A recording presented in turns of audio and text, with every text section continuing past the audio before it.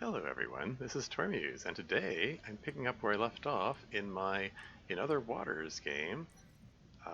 42%, okay. I guess apparently I'm almost halfway through this thing. Or at least almost halfway through the, sciencey parts of it. Thanks, your elements. I mean, I might as well, search everything and do all the things. Yeah, like when I last left off, Ellery had just found Minae's suit, which was abandoned for some reason. No sign of Minae still. Still trying to track her down. And yeah, I have a feeling this sample might be at the bottom of that. Well, there's that area where there were strong currents. And I want to check that out. Now that I have the propulsion system, which has the means of navigating that.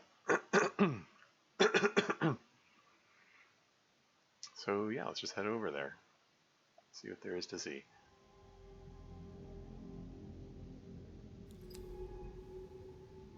I think I can get there this way. I remember there being two paths from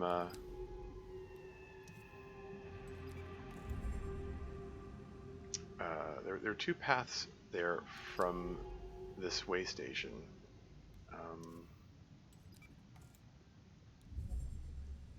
One of them required, they have the shrill sacs, and the other one required going through a cave. This is the right way? Probably, maybe. I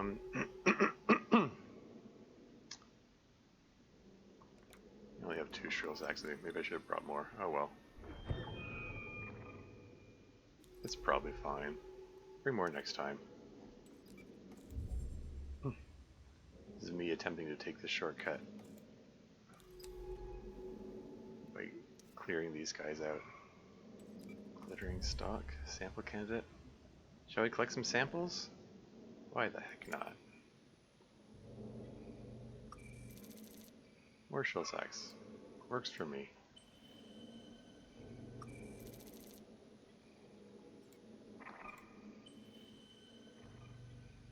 Just fill up on them.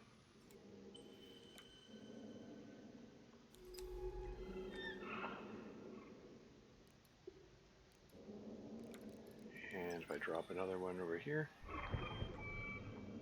then I can visit this guy here. There's an ad break coming up in 3 minutes and 4 seconds. It's fine, I'll just let that play.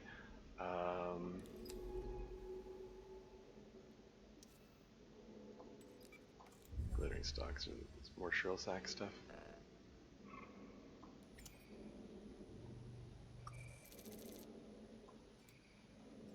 I mean, if I don't need them, then I can just dispose of them. So there's no, they respawn, so there's no particular reason not to collect these. Besides, they provide a bit of oxygen, which will be necessary to fuel the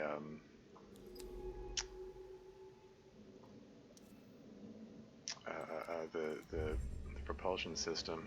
I don't remember getting this dense over here. It's densely packed with these guys. It's fine.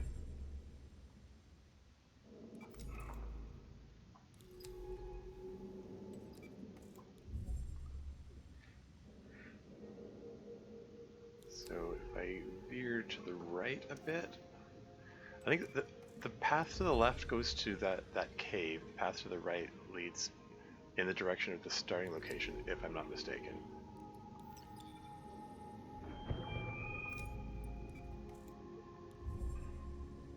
And the path on the way to the starting location, if I'm not mistaken, if memory serves, is where that chasm thing is that said, oh, the currents here are too strong, we need to come back when we have better propulsion systems. I'm gonna venture over here just because there's more stuff to fill up on.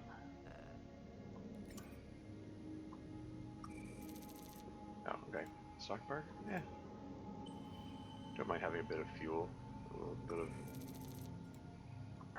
of fuel for the power system as well. Why not? So, was it this way I wanted to go? Ad break in 50 seconds. That's 5-0.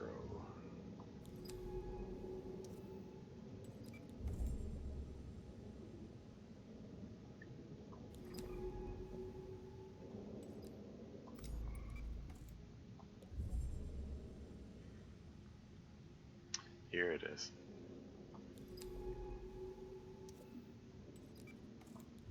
This is what I was looking for. This little chasm here, and this little, and it's still, it's a yellow, still a yellow triangle. Because okay, I did click on it, so that's enough to make it turn yellow. Now I'm suddenly realizing I probably should have filled up on oxygen before heading out here, but whatever.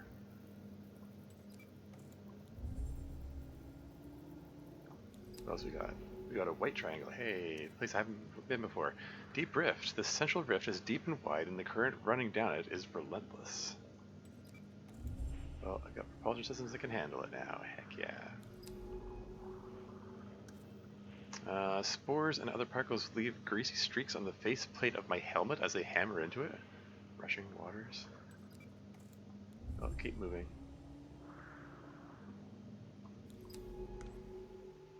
And my fancy propulsion system runs out, but it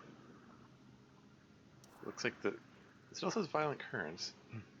Sue creaks as I lean into the flow, and the unbroken walls ahead suggest nothing worth risking my life for. Let's just power this thing up again.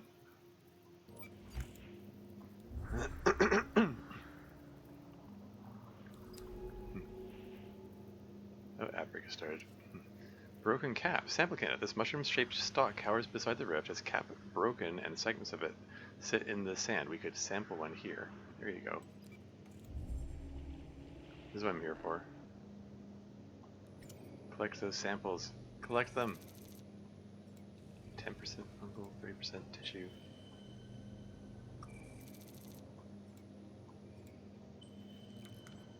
That's it. We got it. We got the mushroom samples. Cap section. A section of gilled cap. Grilled. I was thinking grilled mushrooms. No, gilled cap tissue from a sporing stalk. And that's it. This is a dead end. So cool. That's we could just head back then, I guess. Let's link up. Request the drone pick us up. Drone ready. Request retrieval. Here we are.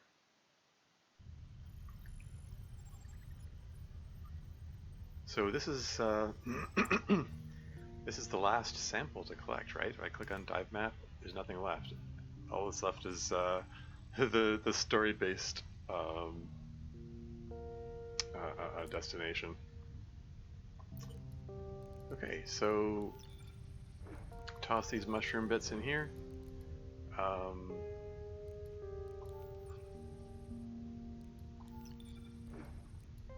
Don't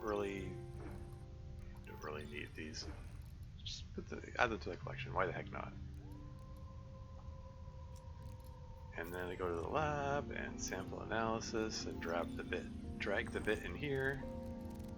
And lab analysis complete. Reef cap taxonomy entry updated. Let's read about mushrooms.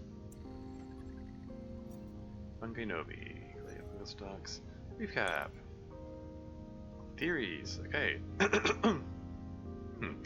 Analysis of reef cap tissue show that the reef caps maintain a bacterial symbiont within a series of internal chambers, which, while unique to Gliese 667cc, resembles Epilopiscium,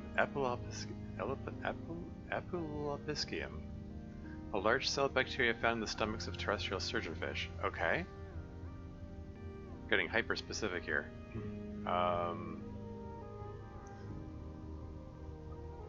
So I guess that's the name of kind of Earth bacteria. Anyway, Epulopsischium helps surgeonfish, not sturgeon, break down algae effectively, and the reef cap's bacteria seems to do the same, with traces of algae-like growths found at the cap chambers. Where is this algae coming from? However the caps receive it, this algae is allowing the caps to grow bacterial colonies, which then reduce themselves to endospores when the algae is digested.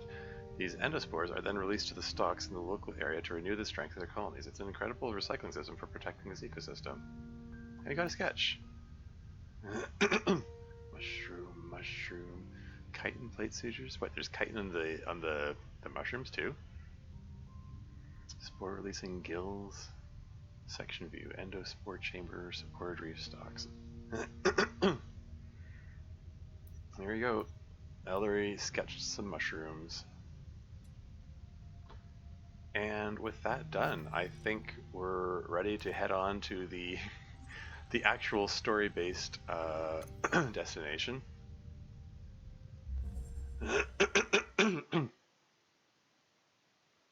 Oh, right. While that's loading, I can just exit Discord here. Boink. There you go.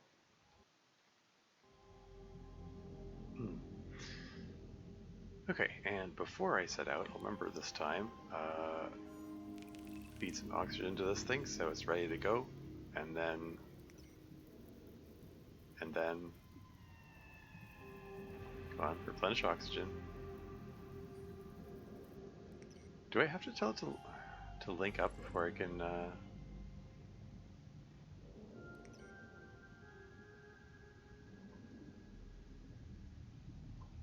Is it just on delay? What?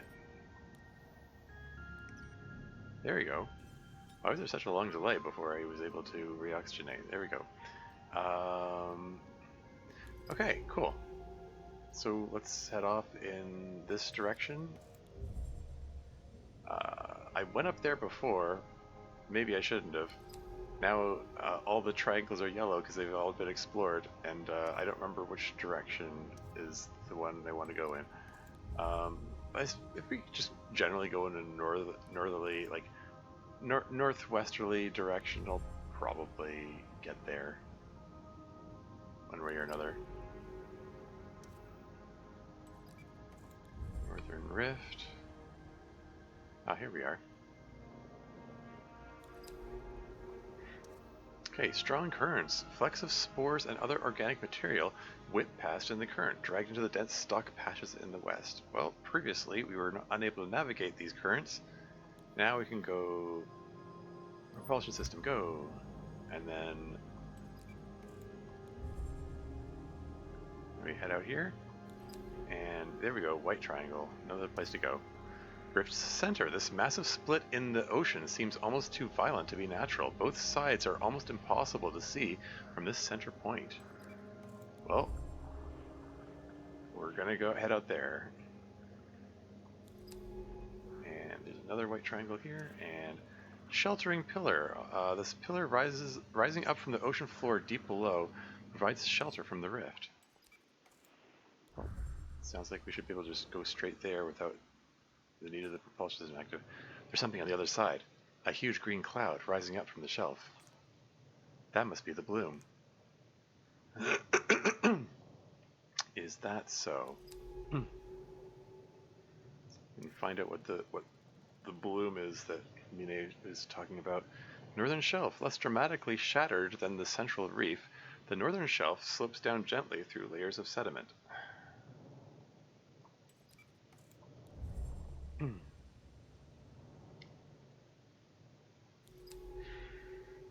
Here's another one. Bloom edge. The green wall of a vast bloom of some kind rises up ahead, swirling and obscure. The bloom. And this is a linear path. The bloom. What ecological crisis spawned this green mass? How is it connected to the reef? The answers are anywhere. They are inside. Why does there have to be an ecological crisis? What is this question? I mean, it could just be that there's abundant food there, and then so that's where they all grew. What do you mean crisis?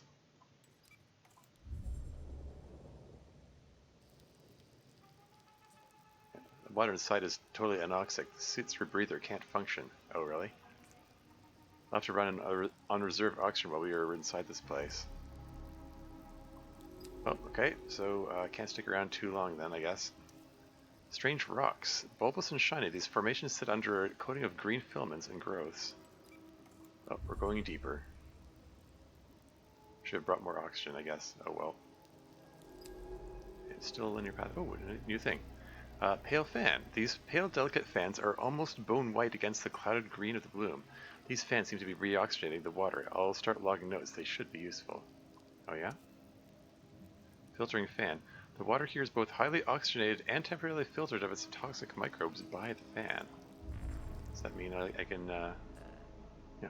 There's life still hanging on inside this toxic bloom, creating safe zones in order to thrive. Perhaps these creatures can help us learn how to exist in these toxic conditions. Let's take some samples and see what effects they have on the bloom when we deploy them. When we deploy them, you say? Oh. Here's the thing. It says only 7% oxygen.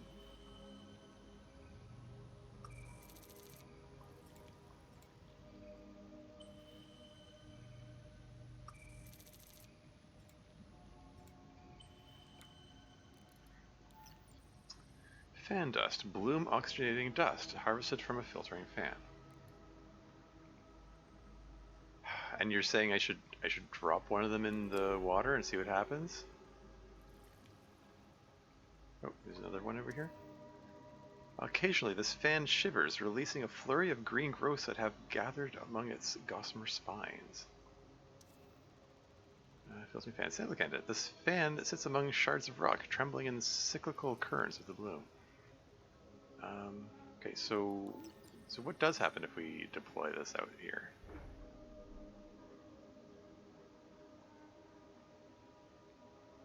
Did it create an area of oxygenation or something? Did it have any effect? I don't know. It wasn't clear. Well, we're going to proceed onward.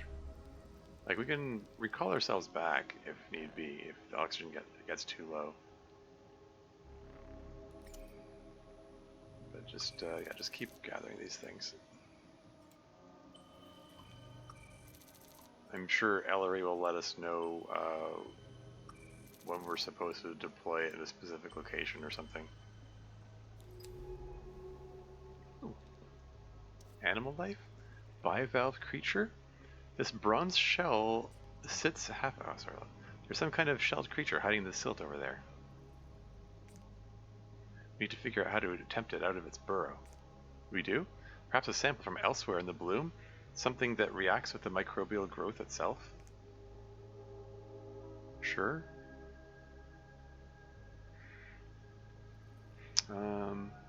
Yeah, this mushroom sits half buried in the sand. What creature lives inside it, and how can we tempt it out? Well, I guess we can go over to the creature first.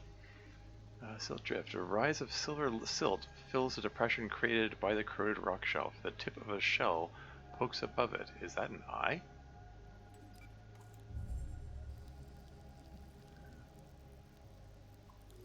Rescan. Okay, well, what if we drop one of them over here? Does that do a thing?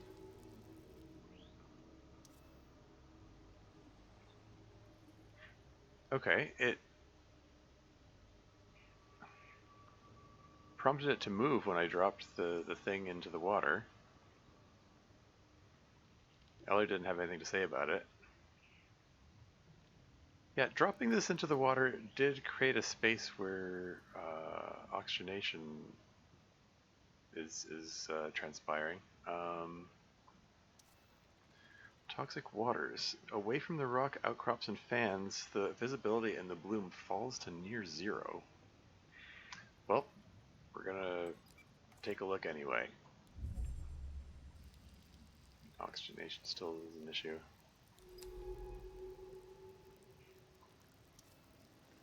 Like stone tumors, these rounded rocks rise up out of the green toxic clouds.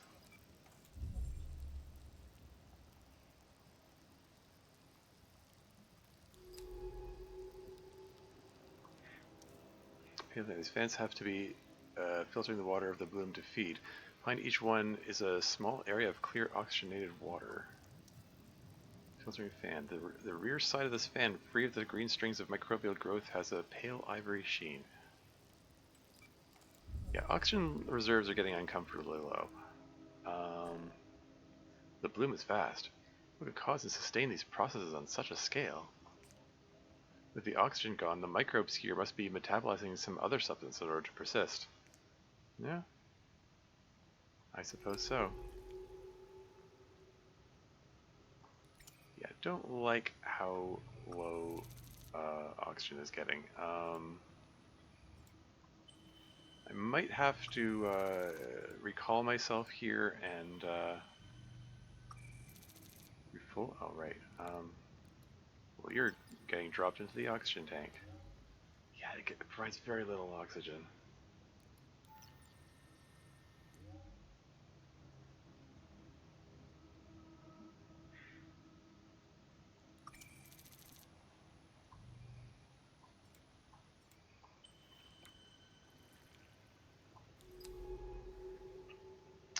Oh, another fan thingy up here. There's a faint fizzing that emerges from these fans. It appears to be caused by the coating of their spines reacting with the bloom. Okay. We're gonna keep following the southern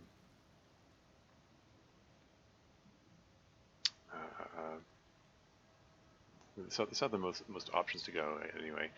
Burning clouds of the bloom roll across the rocks. So if I just drop this right here, just wait. Darn it! I thought maybe that would make the oxygen cease to go down. Toxic waters. The microbial life of the bloom blankets every surface. What other life can survive in this toxic landscape? Okay, yeah, you know what? Screw this. Oh, I can't get out. Oh, shoot. Um...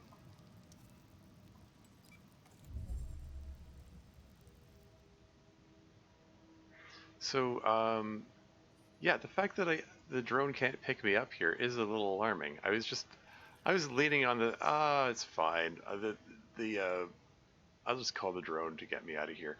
Apparently that's not an option.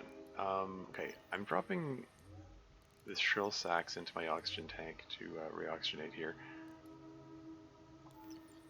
And maybe a couple of these. I'm gonna bring some back to scan and study and stuff, but no, I don't know what happens if I run out of oxygen. Maybe the intended gameplay here is I'm supposed to run out of oxygen. I'm going I'm going slowly because I'm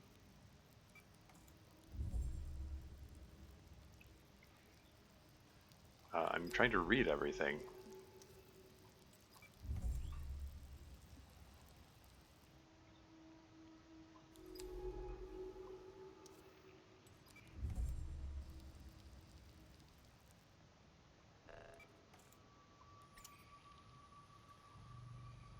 So if I come back here with more oxygen producing samples, so I can and also move a little faster. Um,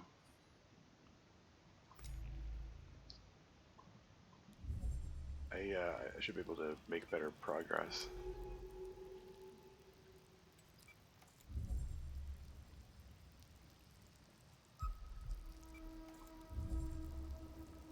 It's fine. You're fine.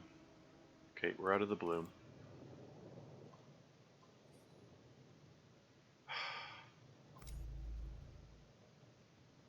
So, okay, I still can't.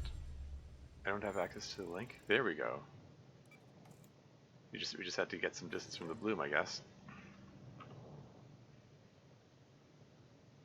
Okay, request retrieval. Yeah, I don't know what happens if you run out of.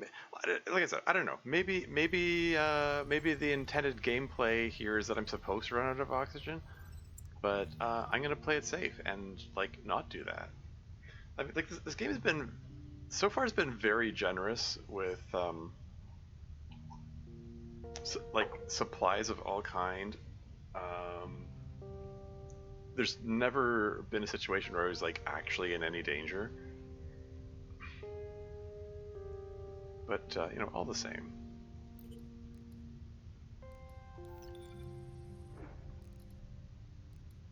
Um, just toss them all in here, I guess. If we're gonna fill up on if we're gonna fill up on something, it's gonna be something that has greater oxygen production. And let's scan this fan dust. Lab analysis error, no relevant text when the entries found. Gosh darn it! I need to look at more of the fans before it let me scan the sample. Fine, whatever. Yeah, I haven't forgotten how it works. Okay, so let's figure out. Okay, which of these produces the most oxygen? You got the shrill sacs. These still stock market is just for energy, not oxygen. Stock force energy, not oxygen.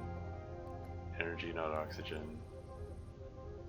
Okay, so these eggs provide a greater amount of oxygen, but I only have 2 of them. That's the total that I found, like, at all. Fuel, and oxygen. I mean, I could just bring one of them along and just leave the other here. I don't know. Yeah, all the rarer things have the larger quantities of oxygen.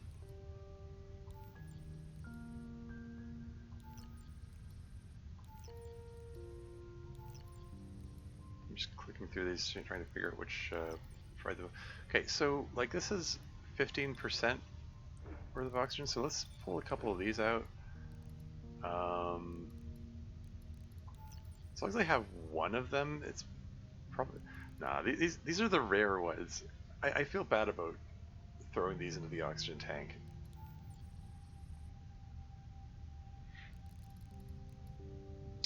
I'm gonna make an extra trip to collect more shell sacks before I go. For my next sojourn out there.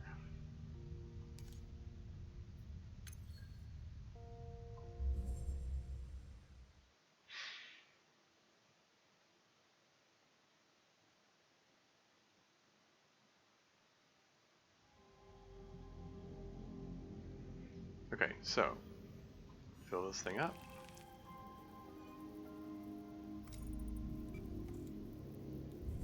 So there were some shrill sacks this way, and I just realized I neglected to.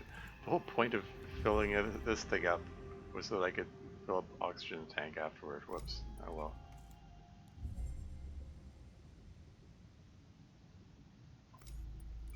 Anyway, I just passed by here, and there were a bunch of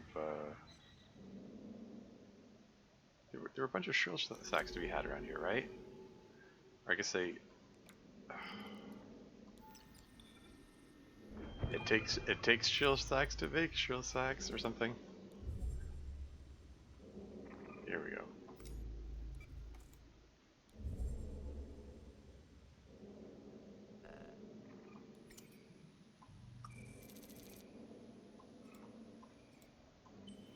Yeah, the necessity of clicking 2 other buttons before being able to push the collect button continues to be a bit of a nuisance. It's there's no reason for it. It's like I feel like it feels like at some point in the design process for this game, they said, "Oh, hey, there isn't a whole lot of gameplay in our game, so we need to make it feel more gameplay-like by having you click a couple of extra things instead of having one thing to click.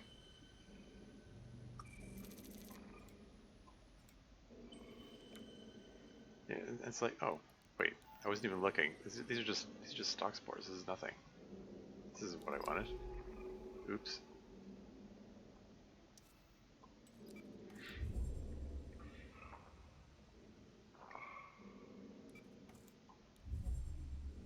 I was looking for shrill sacks. Are there any more here? Do they respawn? Oh, excellent. Well, my inventory is full now because I accidentally picked these guys up. I'm just gonna toss them in here.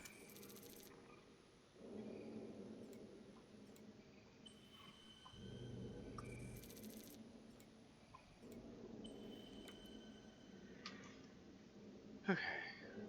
Yeah, so 6 shrill sacks plus 2 of these guys.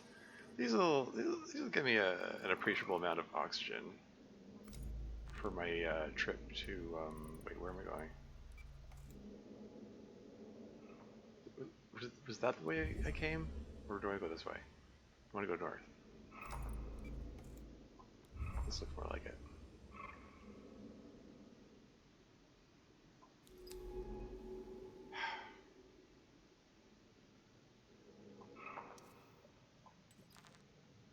Gosh darn it.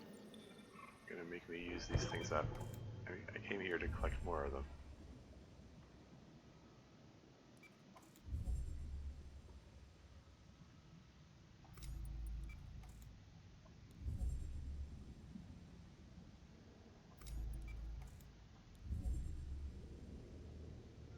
Although I'm being dumb. I don't have to come back here. I can just recall myself. I mean, I have to do that anyway. Yeah, whatever.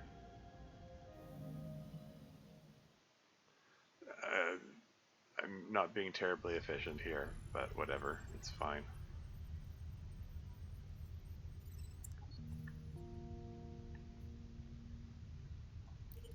Well, toss this in here, I guess. I could just completely fill up with the shrill sacks, I suppose.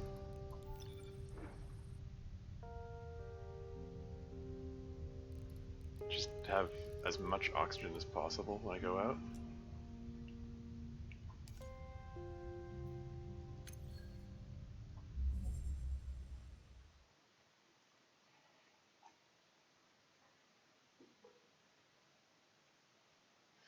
Yeah, I don't. It's yeah, it's entirely possible. Like for all I know, like clicking on like run out of oxygen, maybe it triggers some cutscene which furthers the story, or something like that. Or maybe I die and have to, you know, it is going to reload the last time.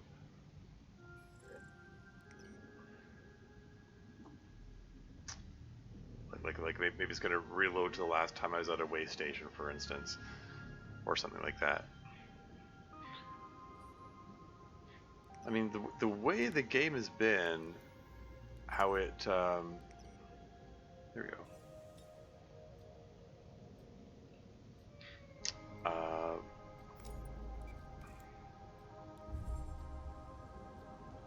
Like it's been pretty generous about like everything. It's very handholdy. In addition to being like a lot of point and click and not so much in the way of like actual gameplay, it tells you, okay, this is what you have to do now. You have to use that thing on that here so that we can do this.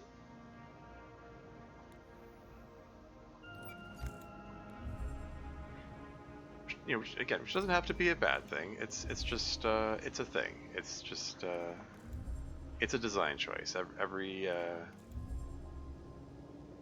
Everything's a choice when it comes to like game design. It could also have been a perfectly valid choice to. I mean, it could have they could have just gone all in on the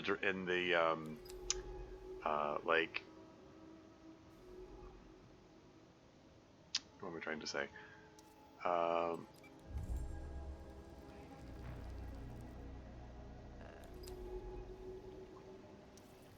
like they could have just made this like visual novel format, and you just click through to each next line of dialogue or whatever,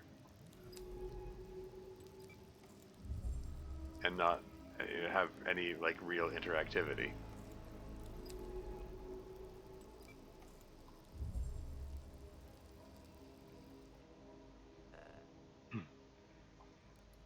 Okay, so we're gonna toss one of these guys into the oxygen tank, and yeah, throw two of them in there. Here, fill it right up. That way I can grab a couple of these fan dust guys.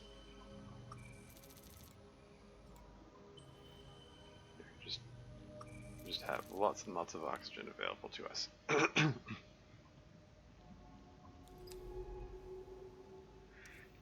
Okay, I'm gonna continue hugging the southernmost of these. I'm gonna try to breeze through the yellow ones which I previously explored. And here's a new one, here we go. Toxic waters. Through the green clouds, something bright glows in the dark ahead. Oh, is there a clearing here? Up ahead, a fizzing membrane of oxygenated water. Is this what allows the species here to survive this constant toxicity? And okay, the path is branching again.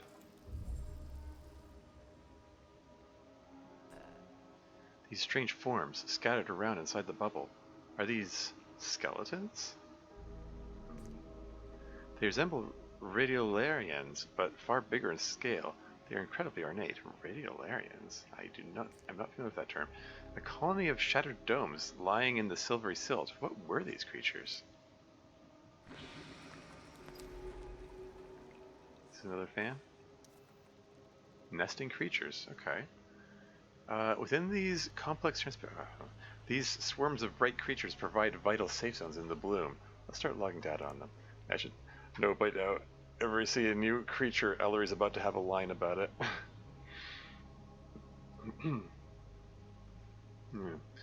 These complex transparent structures, the blurred activity of many individual creatures can be seen. These must be the nests. These must be nests. Okay, well, there's apparently breathable oxygen here. Crystal cylinders, sample candidate.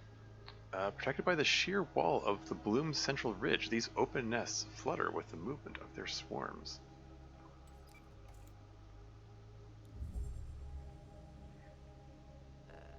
Okay, well, sampling available. We're going to have to feed a couple of things into the oxygen tank to make room for them, whatever they are. 10% animal. These colonies do well to hold out against the bloom.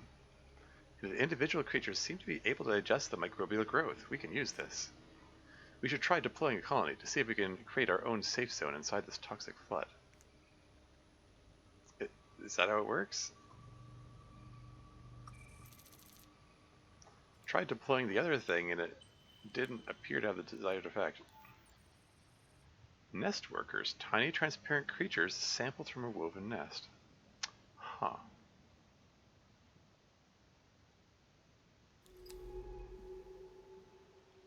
Alright, let's check this out here. Central ridge. Splitting the bloom, this vast ridge descends to the north, where it may be possible to cross.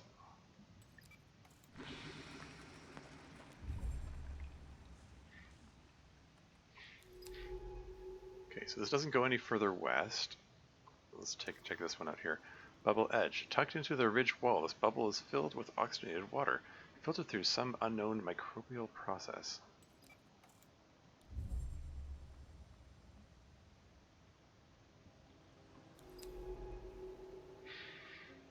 Okay, so mean, just trying to get all the southerly things first, but I guess we're heading north now. Toxic waters. To the south of the central ridge of the bloom reaches up. Sorry. To the south... I guess there's supposed to be a comma there. To the south, the central ridge of the bloom reaches up, disappearing into green clouds of growth. Yeah, comma would greatly enhance the readability of that sentence there. Okay, we're back into the toxic waters. So you said I should drop one of these in here?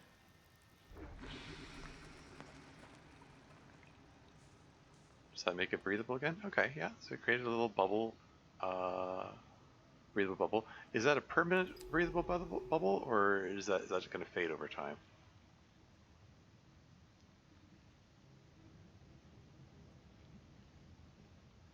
In any case, I might want to just nip on back here and see if I can get... Are there any more of these to be had? Is there another... Can I pick up another one? There we go.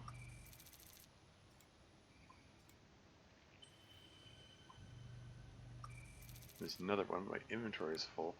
Okay, so since these seem to be really valuable, I'm gonna pop one of the shrill sacks in here. Just to make room for this guy. There you go.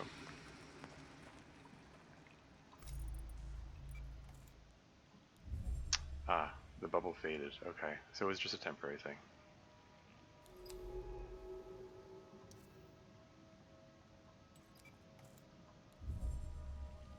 Yeah, okay. Well, it's good information to have. Anyway, let's go north. Blackened rocks. The rock here is mottled with dark patches as if burned by electric currents.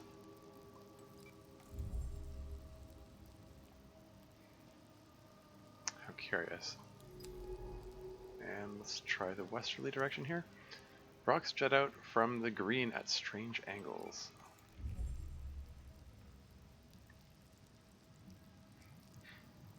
We're gonna see more of those fans. Something. What is this? Lifeform. Hey, we got it. Pale, delicate fans that feed on the bloom by filter. Oh yeah, she's gonna have a line. I'm naming these bloom fans. When we finally get out of this place, I'll update the base's taxonomy logs.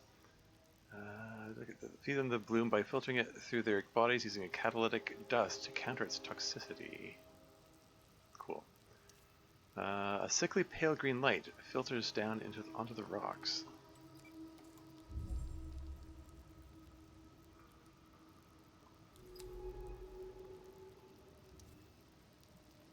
Filtering fan is partially concealed among the layers of rocks. This fan slowly undulates, releasing catalytic dust in its wake.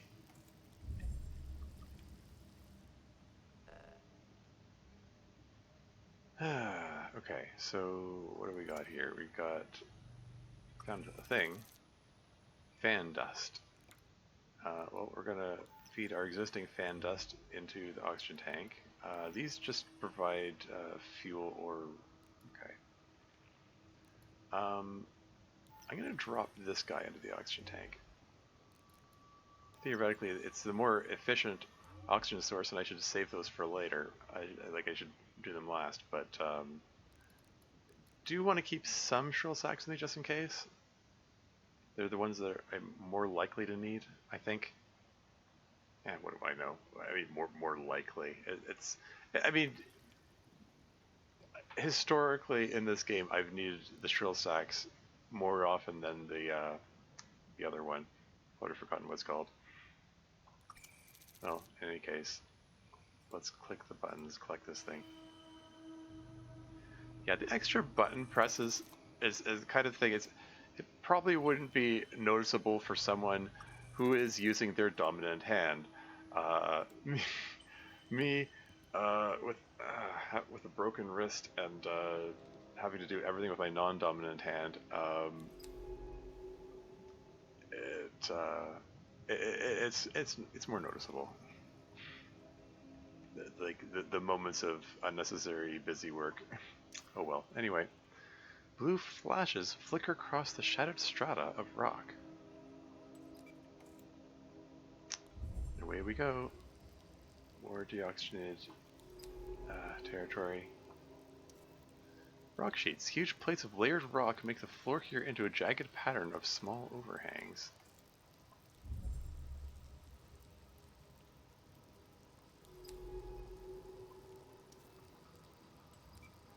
shoot. I didn't read it. I wanted to read the thing. Toxic waters. The rock outcrops of this area are clogged with strings of microbial growth which dance in the slight current.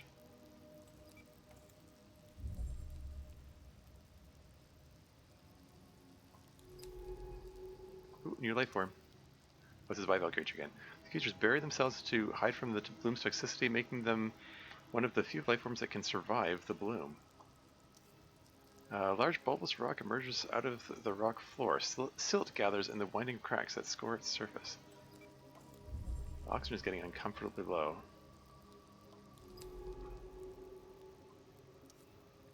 Metal traces. The ghost of some equipment lies in the silt. One of many pieces lost in Minae's expeditions into the bloom.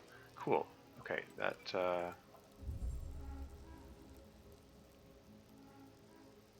Okay. I'm dropping one of these things in here. Get some oxygen going here. Oh, okay. I thought it said metal traces. I thought maybe there's going to be a thing to collect, but okay, never mind. I guess. Okay, so this gives me a bit of oxygen. So if we're gonna feed these guys in here, and we're gonna. I don't like how low my oxygen's getting.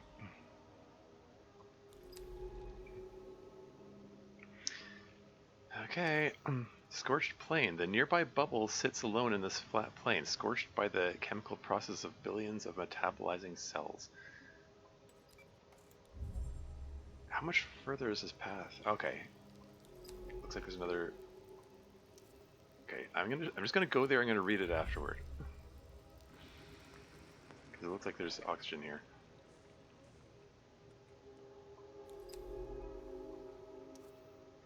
Silicate skeletons. Sample candidate. These beautiful, lifeless shapes, like a sculptor's abandoned works, gather around the waste station. Wait, waste station? Oh, it is a waste station. Cool. Rocking gently in the current. Hey, okay. So I was in a state of like, am I going to have to go back? Am I going to be able to get back? But we found a waste station, so if this operates the same way as the previous waste stations, I can freely like teleport back here. So that yeah, that makes things a lot easier. It's a lot more secure, less worries of running out of oxygen. Cool. And so there's a sample candidate here. What's this? Skeleton. Oh, okay. 40%. Sphere fragment, an ornate mineral orb honeycombed with oxygen bubbles. Huh. And there's a little life form up here. More nesting creatures. Like the nests themselves, which are woven from transparent threads, the bubbles which protect them also seem to have a delicate skin. And the waste station itself. It must have been a struggle to assemble the metallic cage of this waste station so deep in the bloom. What led Minae out here? What indeed? That's still part of the mystery. Finally, a waste station. This active, we can call for retrieval all across the bloom. Useful when we run low on oxygen. Yeah, no kidding. Open the terminal and we can resupply and see if Minae left any map data behind.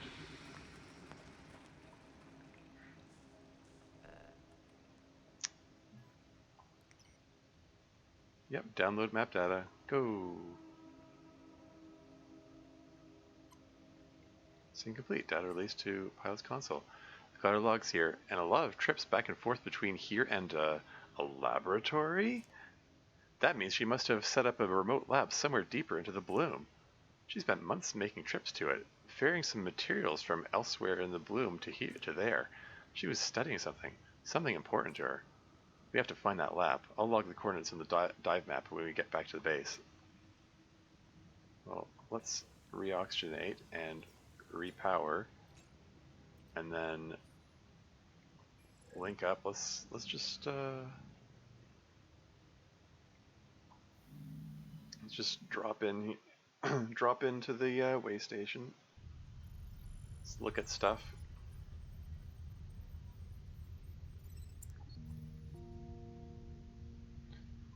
Dive map offline? Oh, wait. Hey, are you back with me? Yes, I guess. Good. I wanted to ask you about the bloom. As long as it's a yes or no question, I guess. As if I know anything. I'm trying to understand what is causing it. It seems unlikely that we are looking at a stable ecosystem. It has to be a unique event. And yet, creatures have rapidly and effectively adapted to these conditions. How is that possible? There's something we aren't seeing. Something Minae was investigating too. Do you think she knows something we don't? I mean, obviously.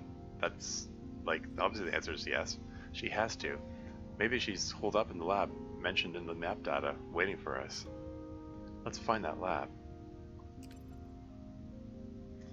Well, I mean, Minae apparently called us here, called Ellery here in the first place, so... Before the, I can't look at the comm system? No. Well, before the comm system went offline, like, must have sent the message out. Anyway. Okay, so I already moved these in here. Let's move the sphere fragment over, and I guess both of these guys. And just go to the lab. Now will you let me look at the fan dust, now that I've properly entered it in the taxonomy or whatever. Bloom fan taxonomy entry updated. This guy's, yeah, the nest work. I'm guessing it won't let me scan this because I didn't get a proper, lab analysis error. No relevant taxonomy entries found. Yeah. I'm guessing it's going to be the same for the skeleton thingy. Yeah. Wait, it said lab error, but it's still crossed out.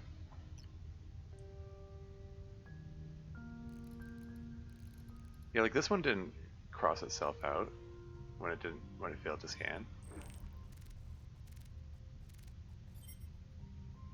Relevant taxonomy entries found. Yeah, normally when it says there's no relevant taxonomy entries found, it doesn't cross itself out. Is that a bug? I don't know. Anyway. New taxonomy entry. The fan thingy. Yeah, branchamorph kill fans. So it's considered an animal. Bloom fans are delicate and pale fan-shaped creatures that filter the toxic microbes of the bloom. As tall as a human and with a wide span of pale spines that form a feather-like shape, they are instantly recognizable in the green cloud water of the bloom, anchoring themselves into the sand with a central stem. The bloom fan's filtration leads to a small patch of oxygenated water on the leeward side of the fan. Bloom fans seem to be sensitive to currents, adjusting their angle for better catchment? Is that a word? Catchment? Better catchment of microbial growth, and also can often be seen shivering in order to free their delicate filaments of bloom growth. How they contend with the high toxicity and deoxygenated waters of the bloom is unclear. Perhaps analysis of the dust that coats their spines may offer some clues. And behavior? A close analysis of the fan dust shows that the fans catalyze the bloom's microbes into massively increasing their oxygen production to the point that the cells themselves are torn apart by the oxygen that bubbles out from within them? Huh. This is why the bloom fans can be heard to be fizzing when in close proximity, and suggests that oxygen is a primary nutrient that the fans acquire from filtering. Interestingly, this analysis suggests that the bloom's microbes are oxygen producing by nature and may be a form of algae. It is only their sheer density blocking their access to sunlight, which means they no longer produce oxygen but instead choke and poison the ocean. Meanwhile, it seems unlikely that the fans live on oxygen alone. What other nutrient sources might bloom fans use to support themselves? Huh. And something in the bay here?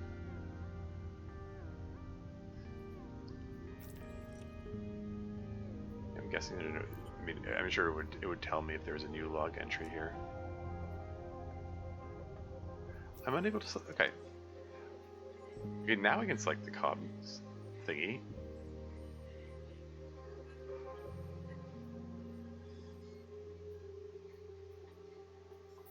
Anyway, so now with the dive map, okay, map is greatly expanded. So we're... Oops, cancel that. We could travel a long way. There wasn't a path south. I went to all the southern paths that I could see, unless there's another route. Anyway, sample request Bloomfan stem. Bloomfans struggle to survive in this hostile corner of the bloom, so we should be able to find dead fans near here. If we can survive it ourselves, yeah, no kidding. And then down here, signal priority. Data from the way station places Minae's remote lab in this southern part of the bloom. She is hiding something here. Oh, this is where she apparently made repeated trips. Was this really the only path, like through the bloom? Like she couldn't have gone straight from here? Oh well. So there was a fair bit of territory that looked explorable there. Before I go, like, it looks like there are paths like northwest and northeast. So maybe it circles down like here, but there's still a fair number of like white triangles this way, which I have not looked at yet. So I think I want to continue exploring that. I'm thinking I'm gonna fill up on shrill sacks, and then I'm gonna and then I'm gonna finish exploring that area east of the Bloom way station. That's the plan. So I'm gonna dive to the Central Reef way station.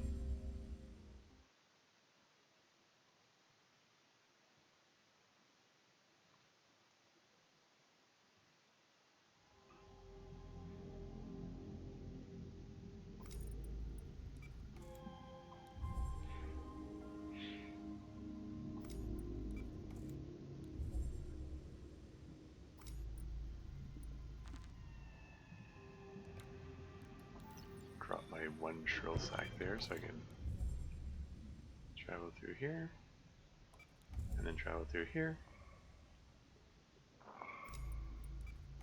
and then travel here.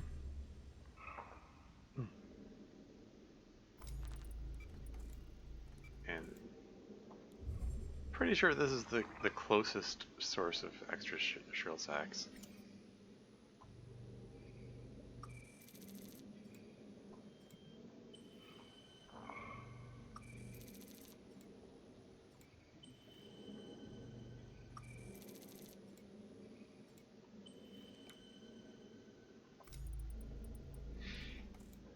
So if I travel here and then immediately travel back, do all three of them respawn, or is it like a time-based thing? It might be a time-based thing.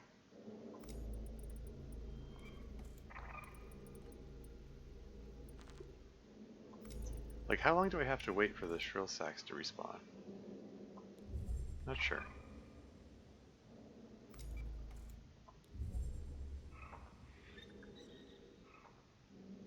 This one is, this one is just the little fungal samples, right? Yeah, stock spores.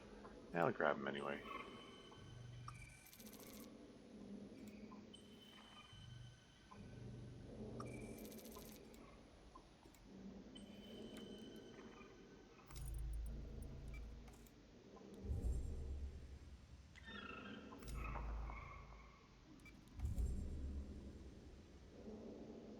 Now are they here? They are.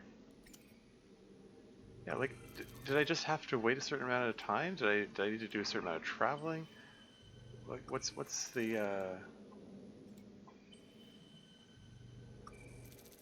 rule for how this works? Not sure.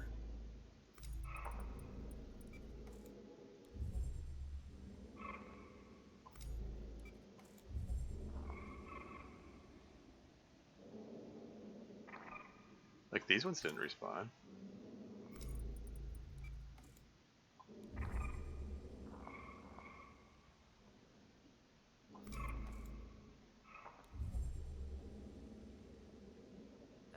There you go. Okay. I saw the double circle appear. Okay, so shrill sacks here. Just ditch these. Nom nom nom.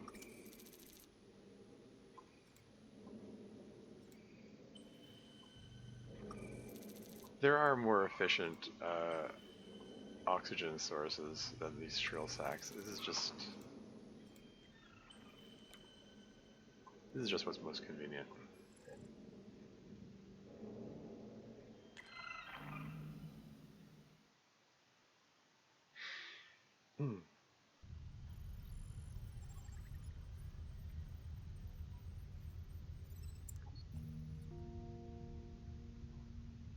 Okay, so sample store. We got 9 shrill sacks. That'll keep me oxygenated for a while. And now I can explore the rest of the bloom, I think. And we've got an ad break coming up in 4 minutes and 53 seconds. And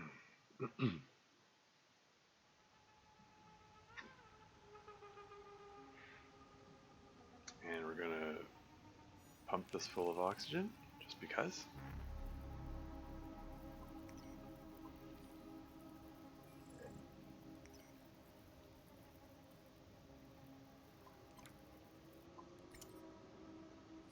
Terminal available. There we go. Why the delay? I don't know. Okay, so yeah, see there's a path to the southwest. I think this is the one which leads to that other stuff, to the lab and stuff. But I'm gonna backtrack a little bit.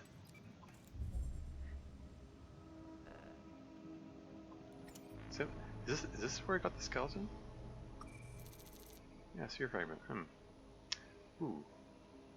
That's actually a lot more potent in terms of like oxygen supply than anything I've got here. Well, shoot. I suppose this caused them to clear out. Yeah. Like if this thing respawns, and it's like that potent a source of oxygen, then it's just prudent to take it along with me. Anyway, yeah, let's head back into the deoxygenated area.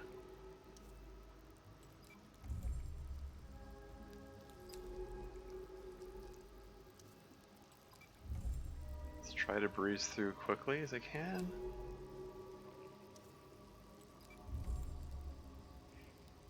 As the oxygen ticks down.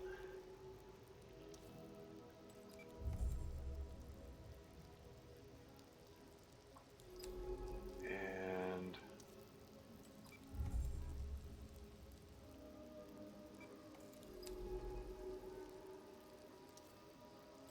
we're going to stop by over here just because this is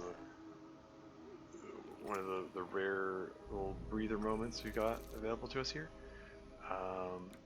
And we're going to feed a couple of these guys into the oxygen tank. And that allows us to pick up some fan dust, which is also usable for oxygenation, although lesser scale.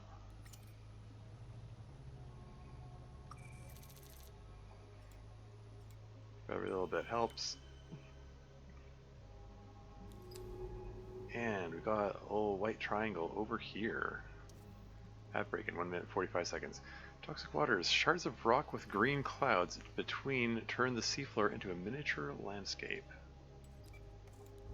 Alright, checking out this branching off of the path here. And we've got another life form.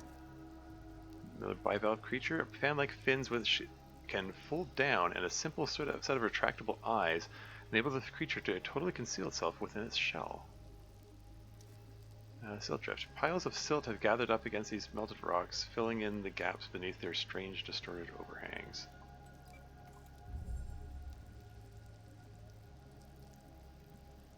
Now, if I drop one of these things in here, does that allow me to get more information about it? Like, it makes it move about. And it made my oxygen stop ticking down. Did it actually let me get more information, though? Not clear.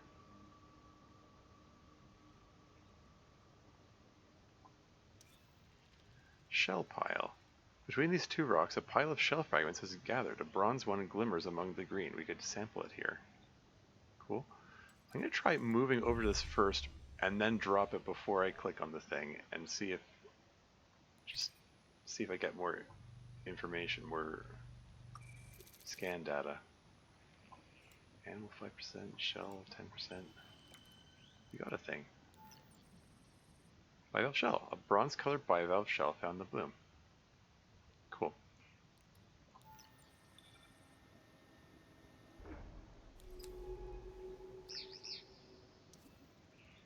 When active, these creatures feed directly on the microbial growth of the bloom, rapidly clearing a patch of oxygenated water.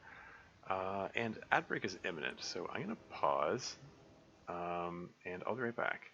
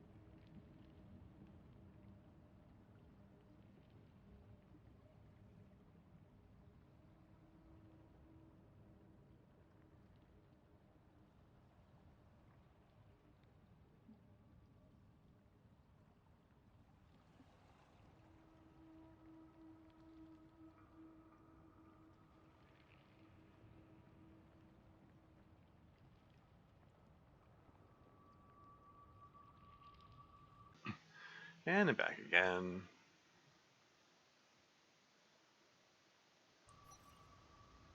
Okay. I don't know if it actually got me more data to put the thing in the water before clicking it. Oh well. Cool. Okay. Sand strip. Between the sharp rocks, a pale strip of sand leads on through the green. And I guess we're going to continue following that path there.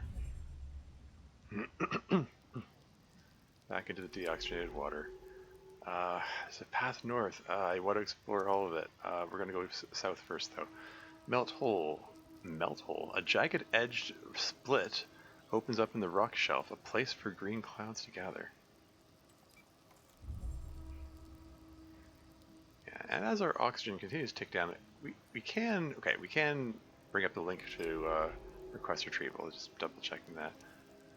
Corroded shelf. Layers of rock stick out from beneath the silt, eaten away by the microbes of the bloom.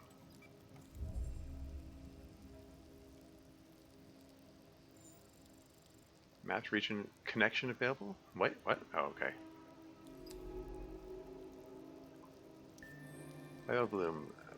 Bivalve bloom vein. Okay, she's gonna have something to say about this, right? These strange little creatures are getting a big name, bivalve bloom veins. What do you think? Cool. We're running out of oxygen. I like it too. We can log them into the taxonomy back at the base. Awesome. Let's worry about that when we're not dying. Just boost the oxygen a bit here.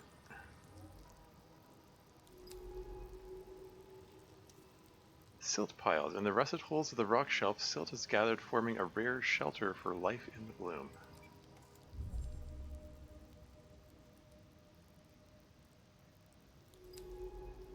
Oh, so many.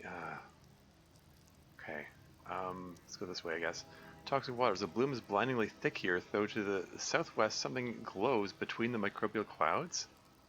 Could there be a thing there?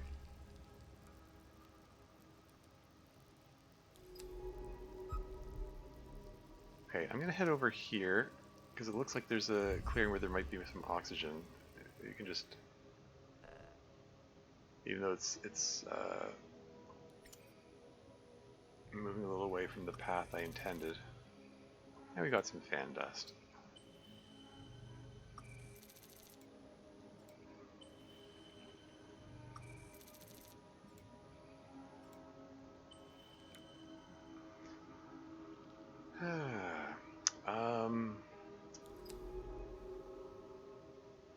It might be prudent to head back and then make another trip. Because I don't like how low that oxygen is getting, and I've burned through most of my shrill sacks. And hey, we found thing anyway. Like we got the you know, things to scan and stuff.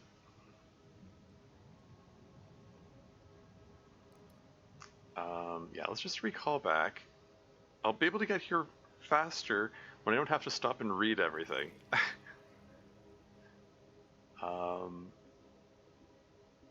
Yeah, let's do that. Request retrieval before we completely suffocate here. Please.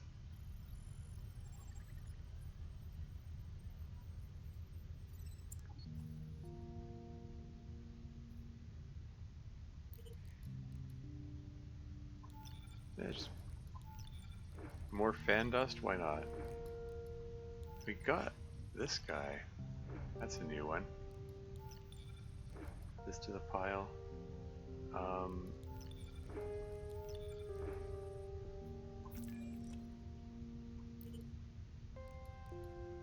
Okay, so nest workers. I think we didn't find any more nest workers, so we won't be able to scan this.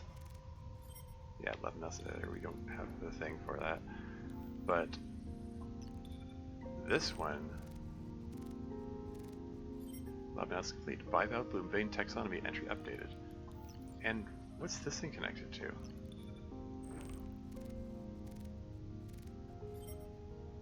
Yeah, we still haven't. You have to remember, even though it's crossed out, we haven't actually scanned this thing yet.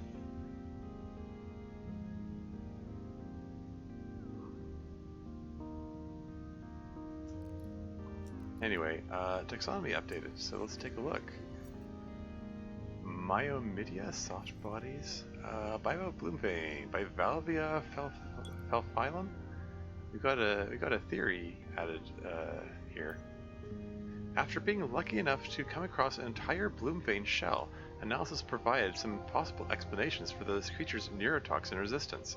The shell itself was found to have radial patterns of tiny holes in certain areas, all of which were found to have a high concentration of the bloom neurotoxin. It seems that when the bloom vein is in its hidden resting state, it exudes the neurotoxin through its shell, processing the glucose in the bloom growth separately. This exuded neurotoxin coats the bloom vein's shell and the surrounding area, making the creature potentially deadly to any predator. This adaptation to the bloom is therefore a highly effective defense mechanism. Even if the bloom vein itself is constantly on the edge of a frenzied neurotoxin-induced death. Study completion required for a sketch? Aw. We can't get a sketch? I mean, I suppose if she's like rapidly suffocating the whole time she's out there, maybe drawing a sketch isn't the most pressing priority, but still. Usually after I get the secondary sample, it fills in the sketch automatically. Oh well. That's how it's worked so far.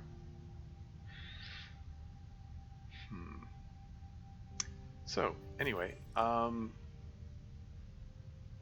okay, I am curious. I still... I don't know, what's this? There's a new thing here.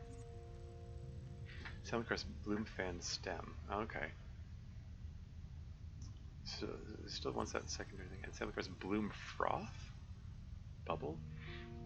In some moving southern waters of the bloom, rock outcrops like these accrue layers of microbial growth, like strings of dark green pearls.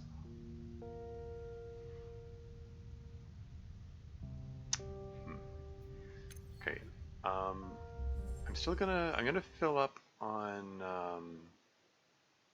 shrill sacks. They're very convenient to acquire a source of mobile oxygen.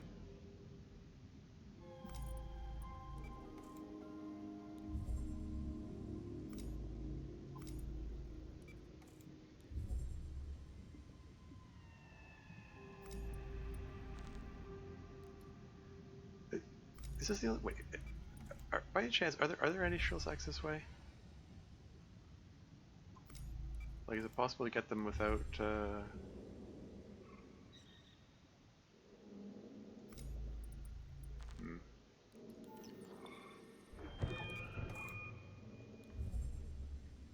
Kind of wondered if it was possible to get them without clearing that stuff out of the way. Guess not.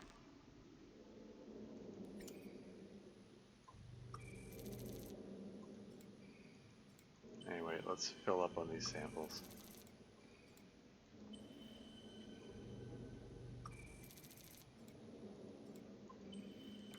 And hey, maybe this is an opportunity to find out. Let's just find out if this is time-based. Like, can I just sit here and have it repopulate the shrill sacks without any further input, or do I need to move around?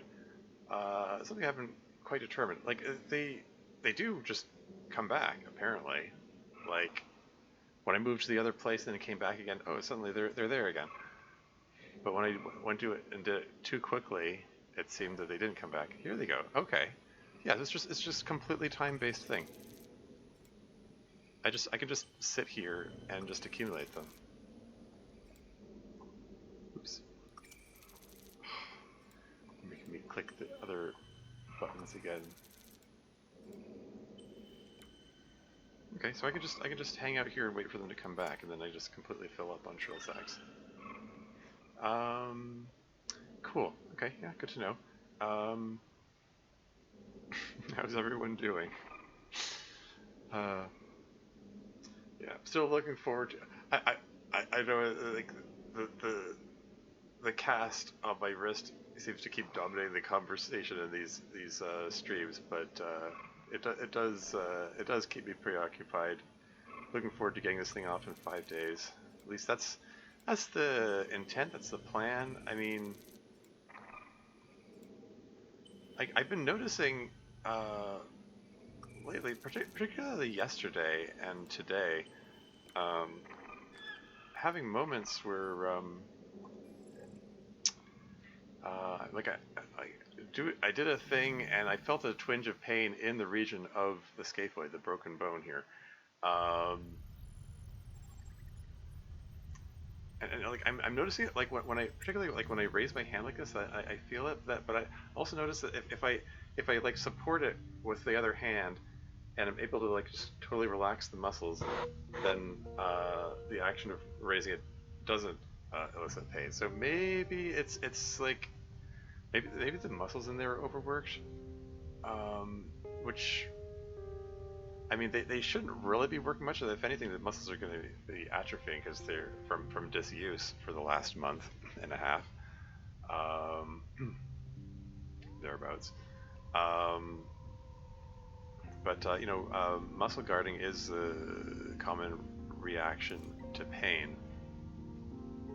So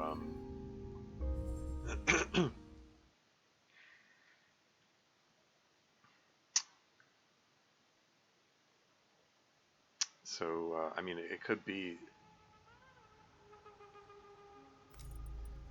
Does this thing respawn? If this skeleton respawns, it has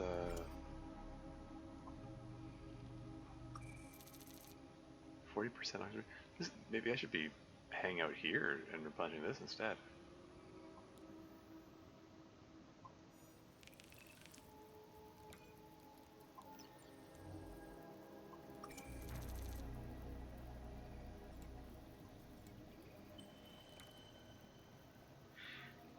All right. Full oxygen supply replenished there. Um, I want to see if we can figure out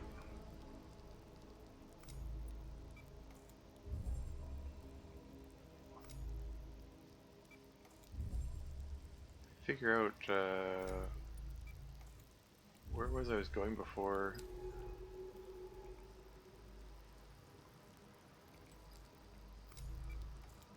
Because there was a path.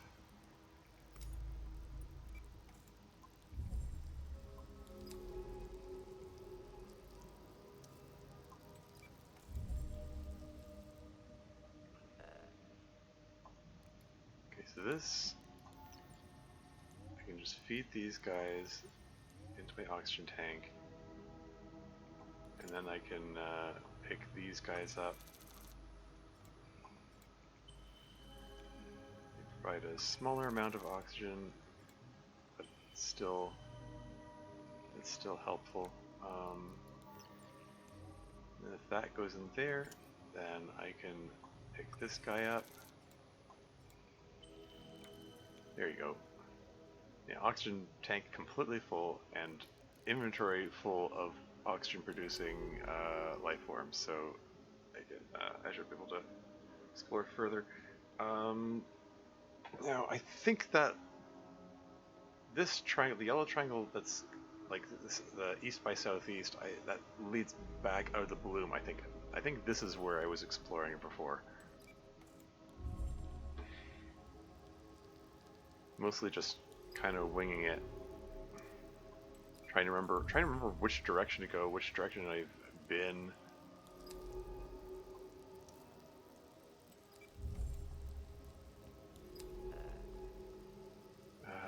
Sample, which one is this? This is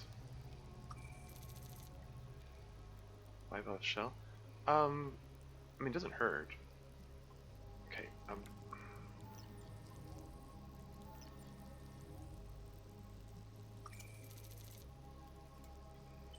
it has more oxygen content than the other guys. Okay, so there's a path north that I have to remember that's there, but I was exploring more to the south before, and it branched before, so like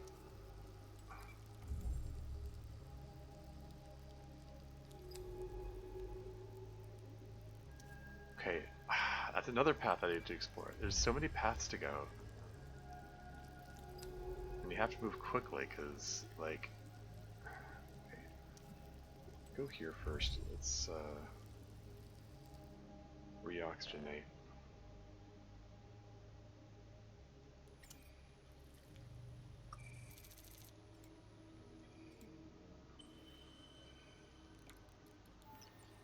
Go.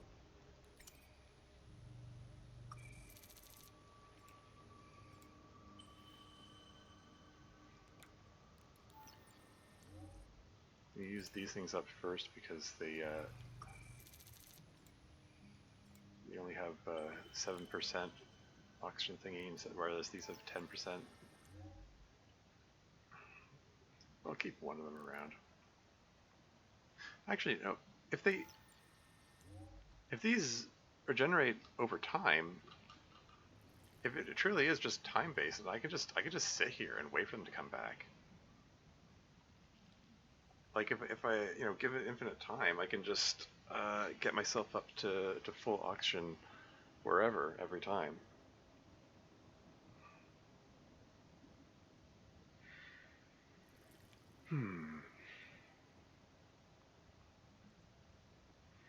Anyway, as I was saying earlier, like one of my worries is I'm gonna, like, next week when it's time to take the cast off, they're gonna say, oh, actually, healing hasn't been going very well after all, and you need to go back to the cast again, which would suck. It's already been 6 weeks, well, 5 weeks and a bit.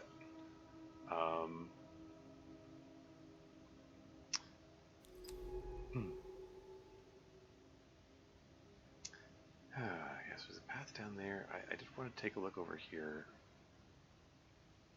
first, because like I came down from this direction. Are they not responding? Huh, I thought they would respawn over time. Okay, I'm just killing time just to see if it respawns over time. The shrill sacks did. I sort of thought these would too, because they're my source of oxygen, but maybe not.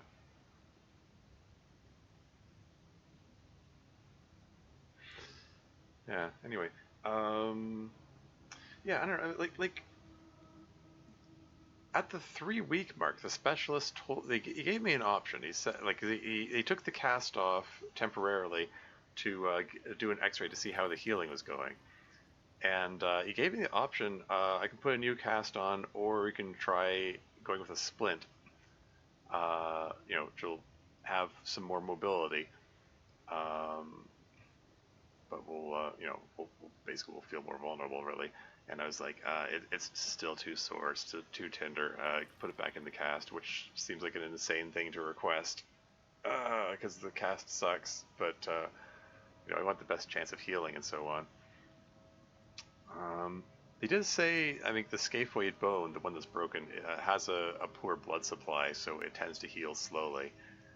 Fair enough and all. And for that matter, I mean, maybe the cast being so tight, reducing blood flow, it could also be hindering the healing for all I know. It does need to be immobilized though, because the scaphoid articulates with the metacarpal bone of the thumb. And aha, they did come back. Yeah, I just had to wait. Just had to be patient. Here we go.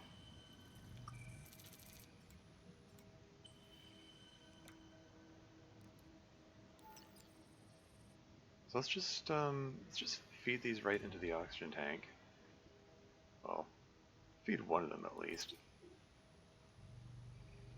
Feeding a second one may be a little inefficient. There we go.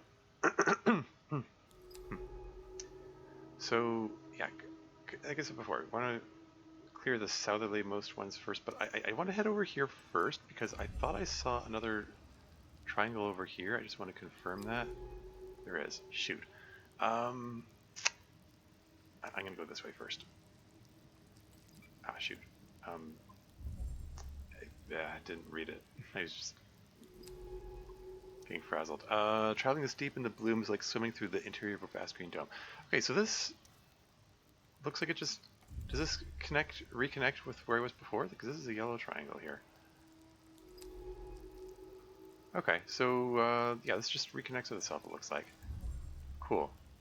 Good to have that like explored and stuff.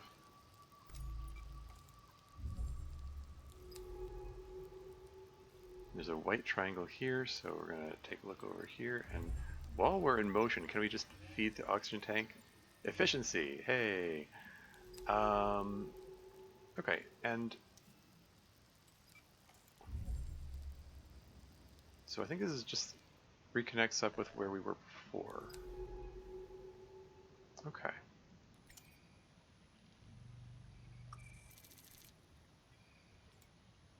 You can just grab some more fan dust here.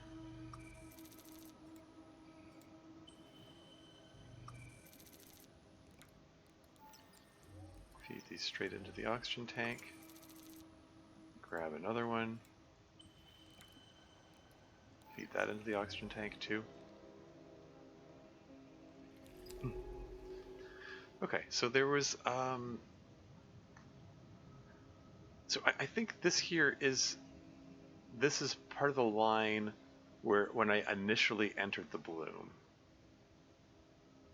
So I think along the southern border here is already explored. Like this is like these three triangles here form the southern border of the traversable area.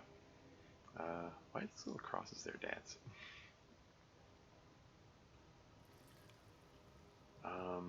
I'm just gonna hang out here another moment to get some more of the fan dusts. Might as well fill up on oxygen. Feel a little more security traveling around here. But yeah. Anyway, yeah. I'm just gonna go back and rambling about my wrist situation. Yeah, if he was already willing to go with the splint at the 3-week mark, then surely I can switch to the splint at the 6-week mark, even if it's still kind of tender there. I don't know. I don't know how it's going to feel when the cast is off. When I took the cast off at the 3-week mark, it felt very exposed and vulnerable. It was quite uncomfortable.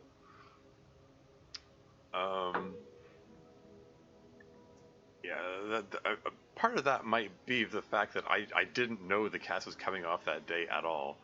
Like, I was genuinely confused. Like they gave me different information. Like, it's just shifting treatment plans without communicating them to the patient is frustrating. I mean, it's like, and I'm also an autistic person who doesn't like surprises. Like, I like to know what to expect.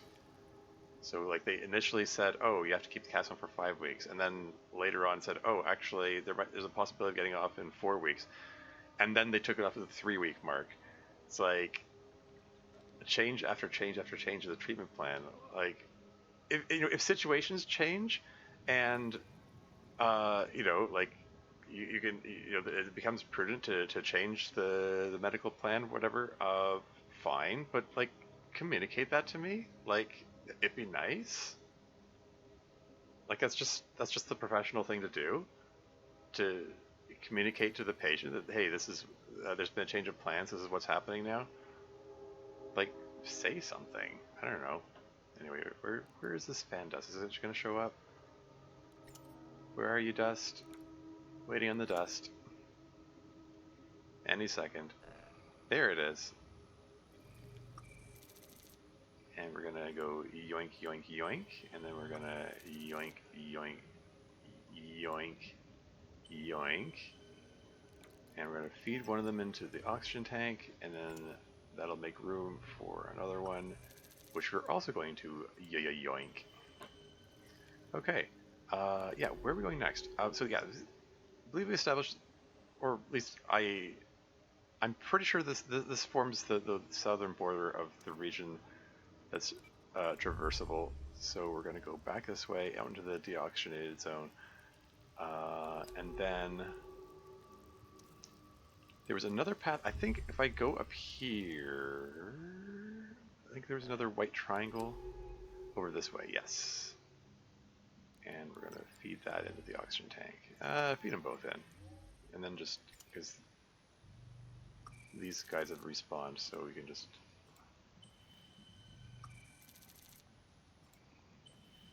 There you so there's a path over here I've not traveled to yet, and you have to remember there's also another one north, so we're going to want to check that one as well. Toxic waters, nothing but sharp rocks and green water.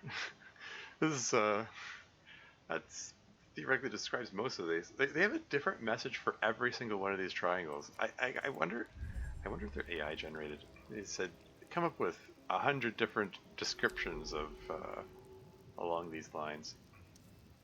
But this came out in 2000 though, so it was before ChatGPT was a thing.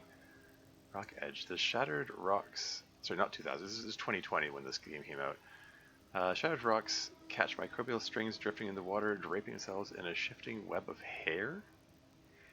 Okay then.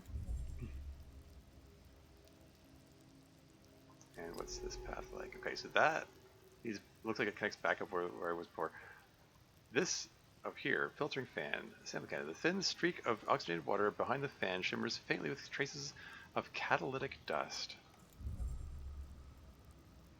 And it looks like we might be in a little oxygenated spot, so we can just feed these guys into the oxygen tank and then collect some more to replace them. Excellent.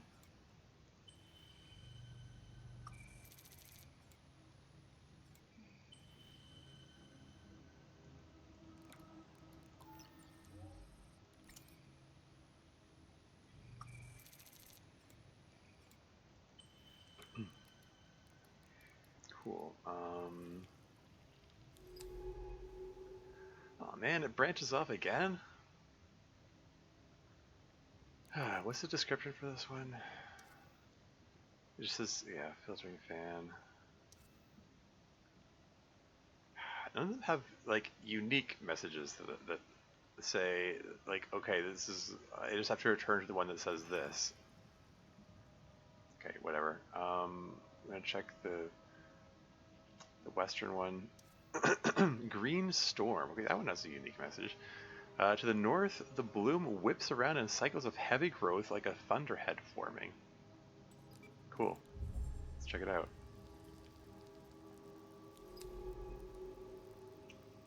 Okay. Fused rocks. The rocks here blend into world shapes. What natural process caused this?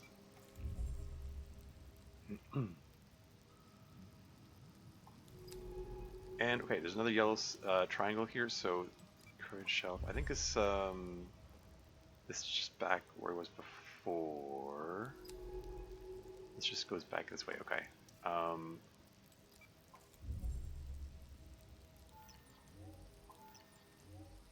Just feed those in while we're in transit. Trying to be efficient, trying to be quick about it. Alright, well, let's check out these guys, I guess. It's a fair bit of territory to explore here. Oops, I forgot to read it. Rock outcrop. Eaten away by the bloom, this outcrop is marked with a patina of tiny holes. Okay, and if we go here, silt bank. Silt is gathered around the base of this wide outcrop, and the signatures of life forms buried within it can be detected.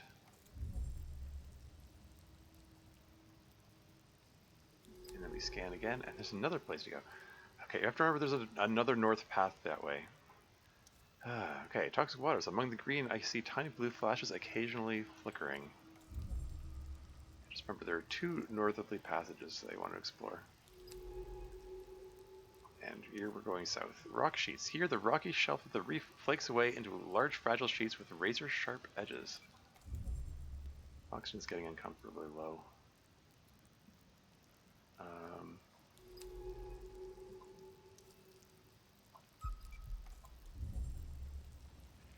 Okay, this looks like an oxygenated spot.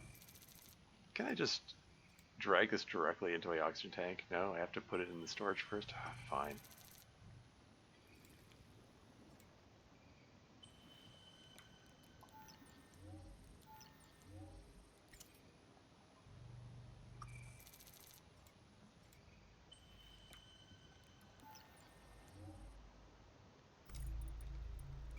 And I have a feeling, like this Looks like where was before? Like oxygen depletes while in transit, but then I get here and then suddenly, hey, we can pick up thing. And I mean, and there's oxygen.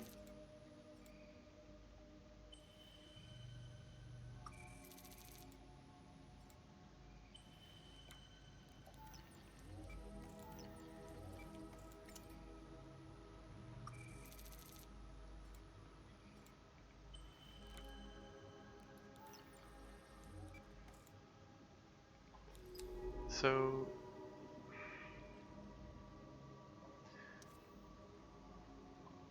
is this back to the entry point of the bloom? I'm gonna travel this way, just because I want to confirm. I want to confirm where I am. Yeah, this is the way out of the bloom.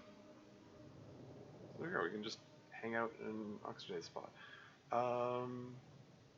Cool. Okay. It's just take a second to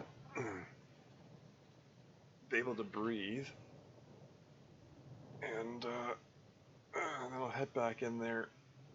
I mean, just hang out here gives the fans time to respawn. But yeah, okay. So that like knowing where the landmarks are, like this, like the entry point, it helps define the borders of the explorable area, and yeah, just should. Oh hey, who's here? 20 in a row. Wow, people are going to say love. Ha ha ha. It's all good. I'm impressed that you're keeping at it, especially considering how erratic and irregular my schedule is.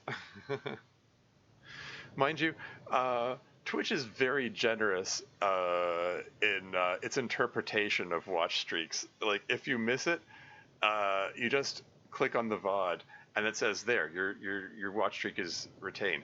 You don't even need to watch it for very long. You just have it playing for like 5 minutes or something, and then it says, okay, that's good enough for us. You've maintained your watch streak.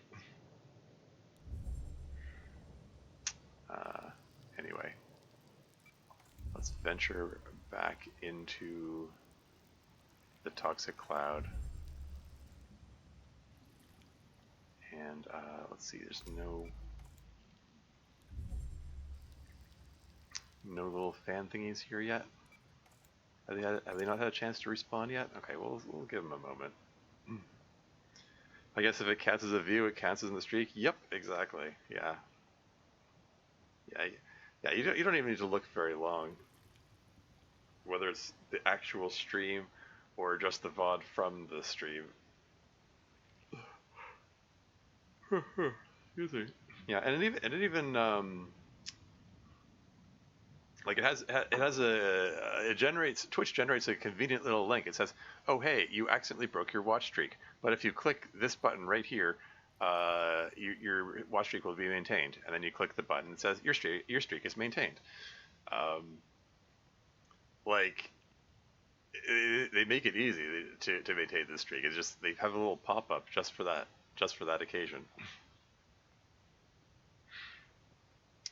Anyway, yeah, right now I'm just hanging out waiting for these fan thingies to respawn, which should be any second.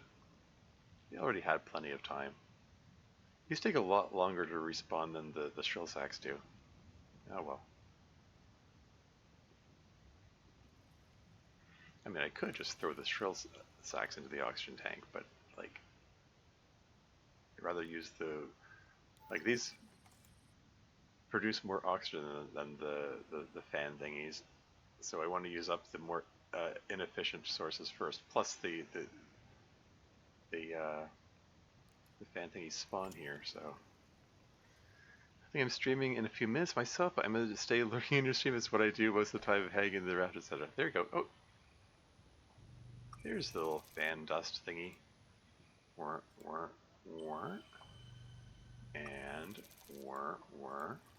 And then I just feed these into the oxygen tank, and then I grab the other one, and thus I'm able to stay out in the field. And now this one should have respawned by now. Indeed they have.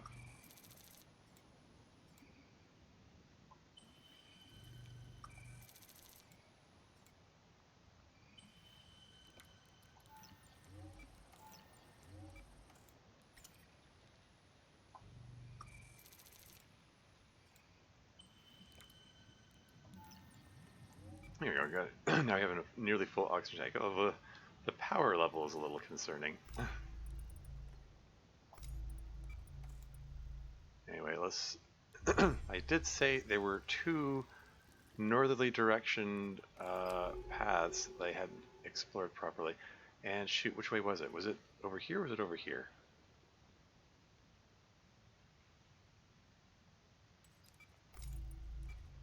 Let's take a look up here. I've already forgotten which way to go.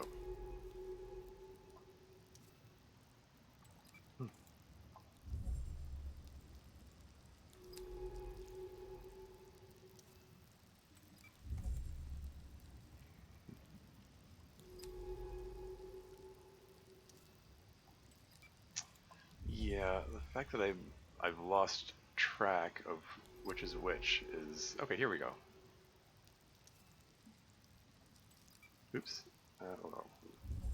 I'll read it when I get there. There we go. Oxygenated spot. Filtering fan. Sample candidate. Anchored to the flaking rock, this fan sways softly, dislodging clumps of green growth as it does. We're gonna pick up some more of them.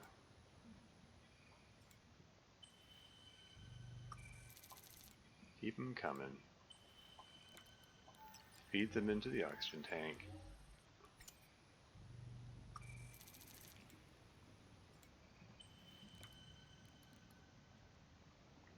I'll hang on to that one until I need it. On the off chance I needed to, I don't know,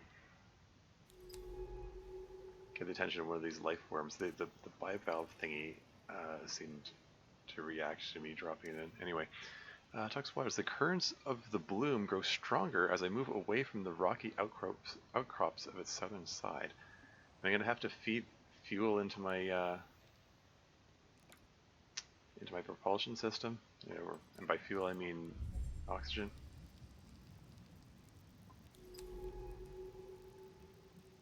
There's another bivalve blue vein there. Silt drift. A low silt drift provides just enough cover for bivalve shell, which peeks out from beneath the pale wave of sand.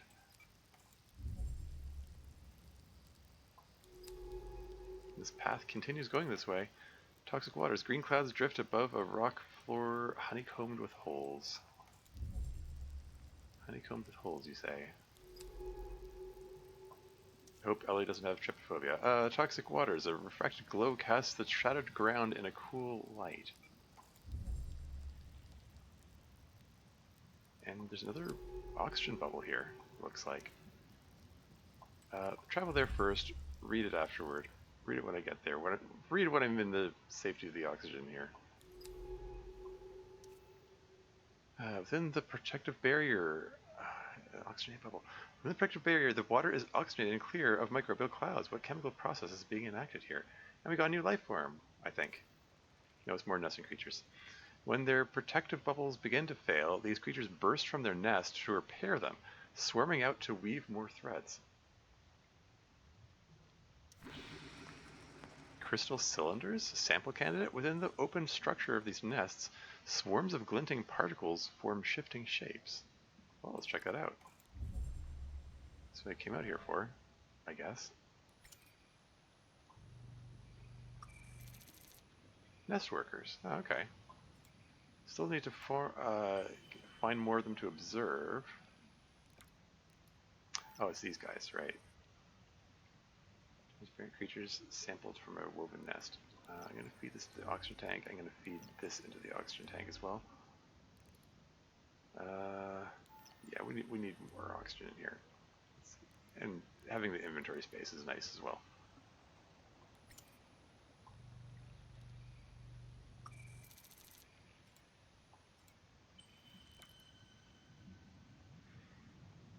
Okay,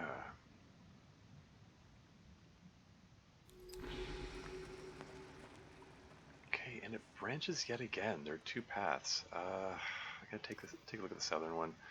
Silicate skeletons. The ornate domes and porous spheres of these skeletons glint with the purity of their silica growths. Is this going to be another one of those 40% oxygen producer thingies? Because we have another source of those. Yeah. It's, you know, potentially most welcome. There's another triangle. I want to explore everything. Okay. It's entirely possible this white triangle leads down to the other branch that I saw, that where it branched north. So I have to consider that possibility. This might unite with the other path I'm already aware of. Toxic waters. A strange fizzing light provides a little comfort in this bizarre wasteland.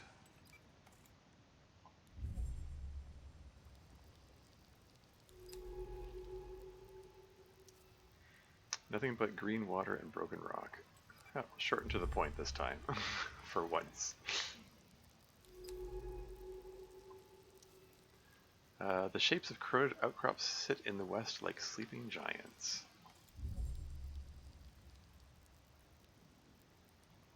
Yeah. I do believe this is that northern white triangle that I observed before. I can confirm that. Like if I head this way, this should go back to the way station eventually.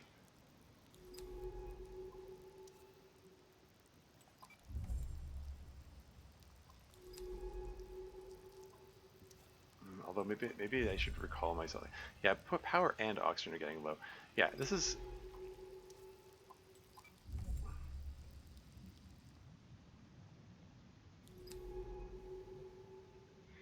And the going up here should go to the way station, but I can just recall myself back. Yeah, if this. Like I'm torn between like, oh, I should probably do this properly and confirm that this reconnects. But oxygen is low.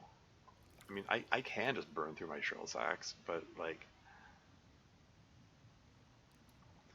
okay. In the interest of like doing this properly, and you know, making sure, just I want to confirm my location. I want to confirm landmarks and stuff.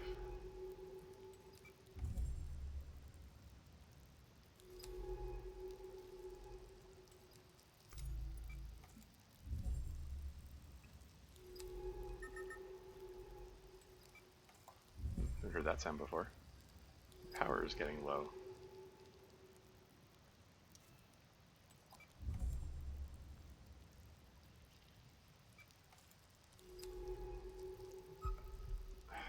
Yeah, I know. Oxygen's getting low. Throw the shrill sack in there. So this is the way station? Okay, yes, this is the way station. Cool. That's confirmation. That's confirmation of where I was. Awesome. Okay. So yeah, so that did reconnect with itself. Yeah, because every time I see it branch like that, it's like, oh crap, is there another place I have to explore? But if it reconnects with itself, then that's one less place that I have to explore. And the fact that I'm back at the way station here, yeah, confirms that I was where I thought I was.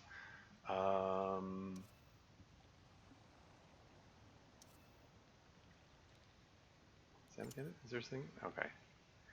The skeleton thing didn't respond. Yeah, it's fine.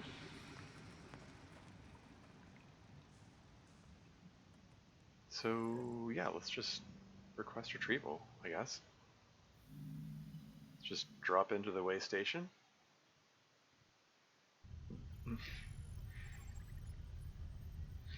So yeah, after the scanning thing that I brought back, let's getting lots of these sphere fragments. I think I want to keep...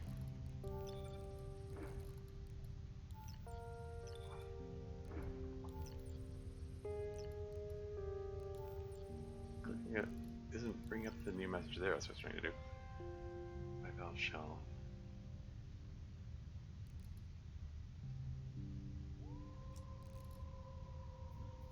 Is there anything new in... Can I scan this thing now? Probably not. Yeah, it still says lab analysis error. But what about this one? Yes, I did scan another nestling, but still didn't get enough to complete my the observational portion of the study. It won't let me scan the sample until I complete the observation part. I already scanned this one. I'm just curious what I put in again. Yeah, sample already analyzed. All data logged in taxonomy. Yeah.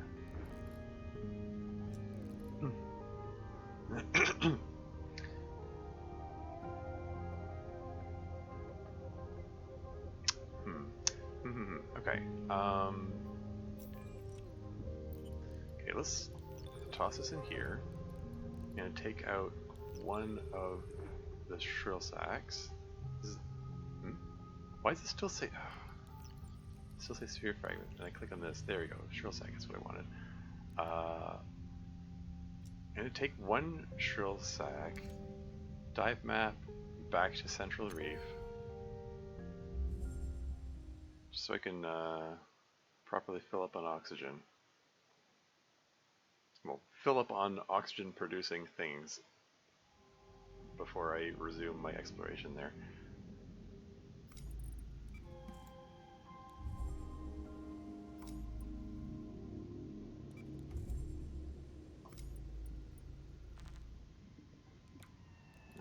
Throw my one shrill sack here so I can go over here and then continue over here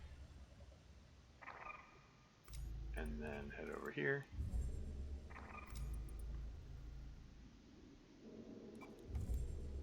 and then just fill up on these guys.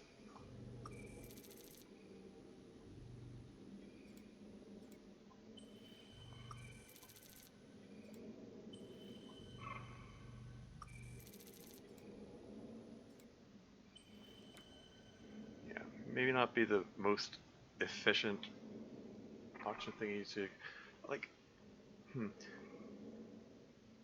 if this skeleton sphere fragment thing respawns, maybe I should be filling up on that. I mean, heck, you know what? Maybe I will. Okay, I'll wait here for one more trio of shrill sacks, and then I'm gonna head back and see if I can pick up more of those things there. That's the plan.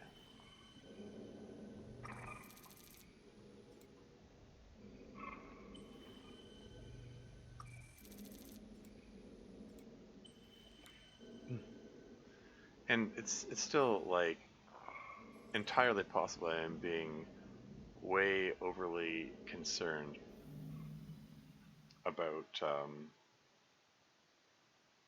the whole oxygen situation. It does give warning sirens when I'm like 25% oxygen remaining, so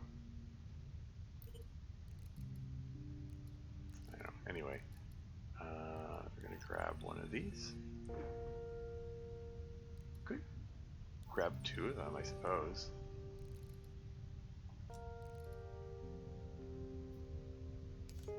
Dive map to the bloom. We're gonna finish the exploration of the northern part of the bloom.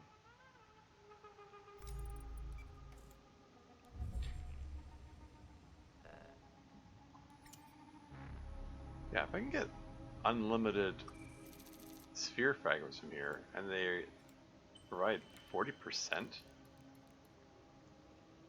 of the oxygen thingy at a time, then yeah,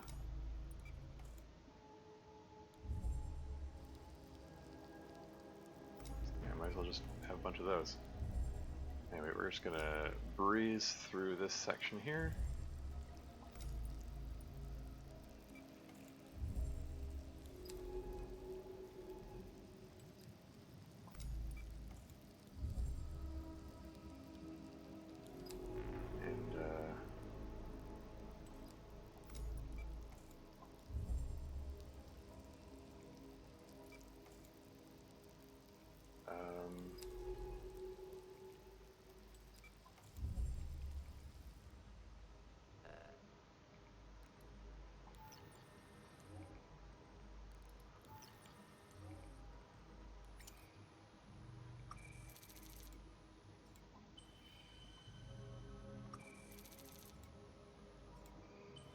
Fill up on fan dust. Oh, we've got another ad break coming up in 5 minutes. FYI, I'll pause the game when the ads come on so you don't miss anything. But yeah, I think this is the way I want to go, right? Isn't this where I figured it out to go?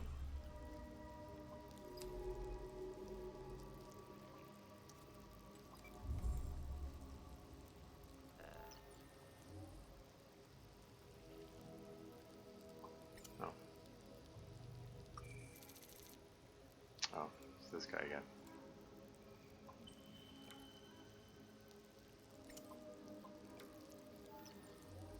Okay, whatever. Let's keep moving. So somewhere along here, yes, there's, I was going to say, there's one which is like way north, almost due north.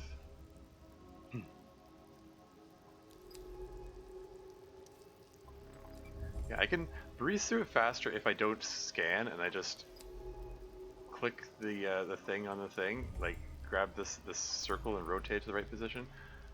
But if I don't scan, that there's more chance that I miss things.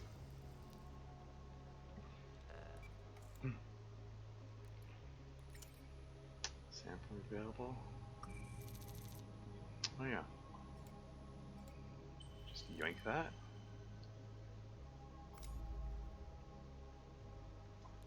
And if I go up here, then there's another one to the northwest, west by northwest. 3 minutes 10 seconds till the ad break starts. What do we got here? Yeah, nest workers.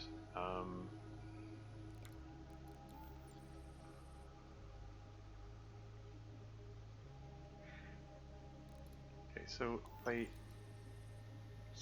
feed that into my oxygen tank, just feed a couple into the oxygen tank. Got 4 of these shells, which are the more efficient ones, so like there's no worry about oxygen at the moment. Just grab this guy.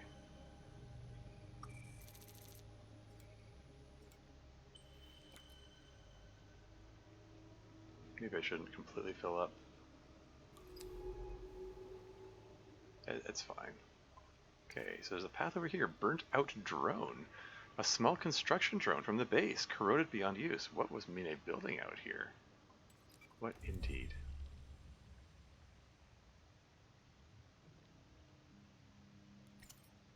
Nothing to collect? No sample? Nothing? Okay. Toxic waters. Beyond the bubble, the green clouds gather again. With the water sapped of oxygen, what can be fueling this endless growth? Huh. Okay. Yeah, I determined that this is the only path left. This is heading in the direction of the way station. This might reconnect with it. In this northern part of this bloom, there is little shelter from the storm of green.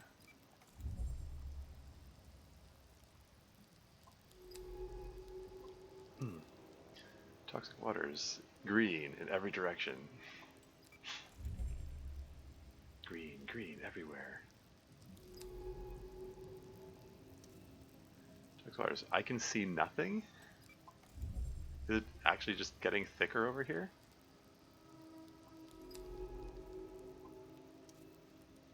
There's little to observe this far into the blue. Yeah, she's just getting less and less descriptive here. Bubble edge. This fizzing border between the bloom and the oxygenated water within is a welcome sight. So is this back to the way station, or is it something else? Go into the oxygen bubble first. Figure what it says afterward. So yeah, we're back to the way station. How about that? Okay, so this completely reconnected with itself. And there's a thing to be had here. More nest workers. Well, I'm back at the way station anyway, so let's just link up. Ad break is imminent, so maybe I'll just take a quick break. So the timing is all well and good anyway. Oh, does it pause the game when I click off? Anyway, I'll be right back.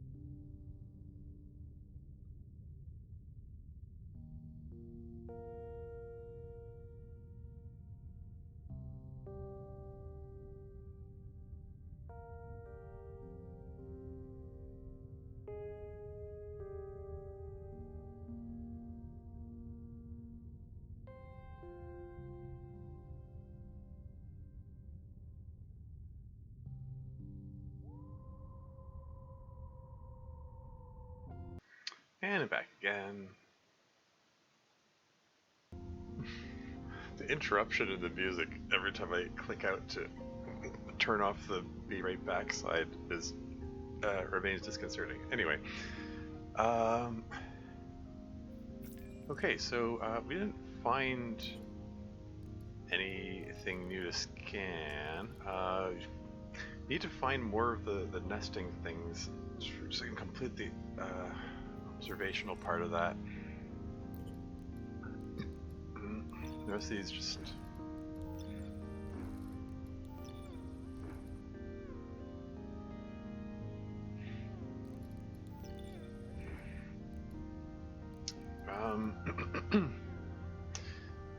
yeah, these, there's so many... Why, it still says desperate... Yeah, that's clearly a bug. Like, it should... Okay, now it makes it repopulate the message there, but... It's weird when it doesn't do it properly.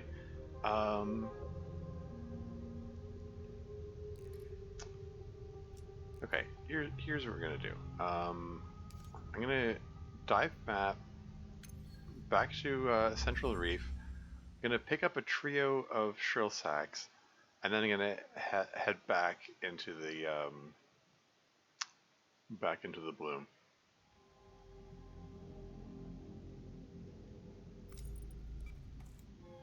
Like I got the yeah,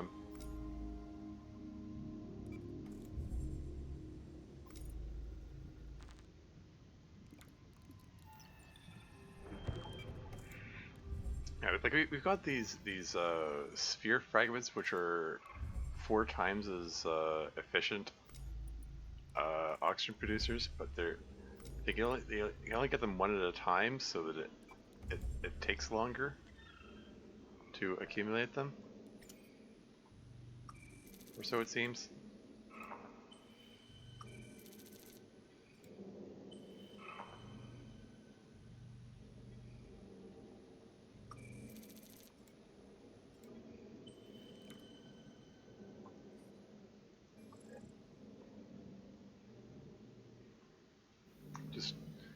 Just grabbing these real quick. And then we'll go back to exploration of the bloom. There was a path north and a path southwest. Yeah, all of the paths that I previously explored appeared to all connect up with each other. It looked like I had explored all of it. What's this in the lab? Was there... Hold on, was there a new thing in the taxonomy? Oh, I guess there is. Oh, right, it did. Okay. I guess it got the bivalve thing at some point. Did I got to read this last time? After being lucky enough to come across an entire bloom vein shell, analysis has provided some possible explanations for the creature's neurotoxin resistance. The shell itself was found to have radial patterns of tiny holes. This feels familiar. Didn't I read this already? Patterns of tiny holes in certain areas, all of which were found to have a high concentration of the bloom neurotoxin. Seems that when the bloom vein is at its hidden resting state, it exudes the neurotoxin to its shell, etc., etc. On the edge of a frenzied neurotoxin. I have read this before. So why was it highlighted as if I hadn't? I have a feeling that, like, just the same way that this sphere fragment is not studying, but still shows as being studied. I think there's some kind of bug going on there. Maybe some interaction is causing it to act weird. And Valerie's in the hab thingy. She isn't in the lab. I guess there's no lab stuff to do. Whatever. Anyway, let's get back to exploration of the bloom.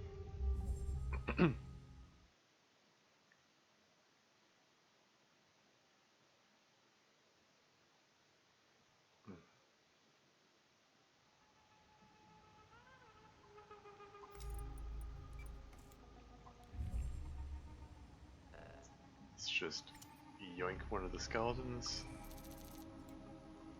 Or sphere fragment, I guess.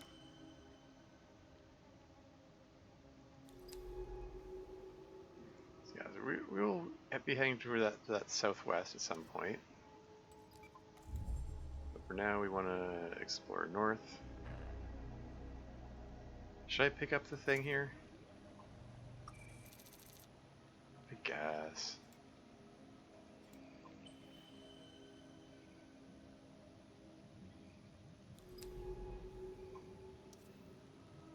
Northern Bloom.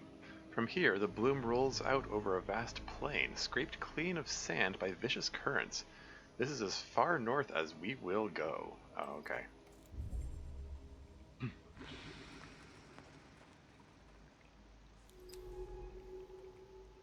Okay, well, I mean, if Ellery said that's as far north as we will go, then I guess it's as far north as we will go.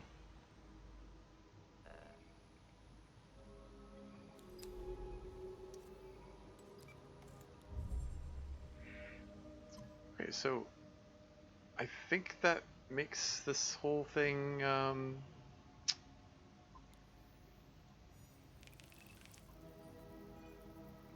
explored. Just top up the oxygen and fuel before we head out. Alright. Going into the southwesterly direction now. Bubble Edge. This side of the bubble seems so close to the way station. If it were to shrink, any foothold we have in this green desert would be lost. I mean, yeah. It's true. Putting a lot of trust in that bubble remaining there. Worn equipment. Abandoned to the bloom by Minae, it is impossible to tell what this oxidized scrap once was. Is the toxins that damaging to the equipment? Toxic waters. Clumps and trails of microbial growth trail across my visor.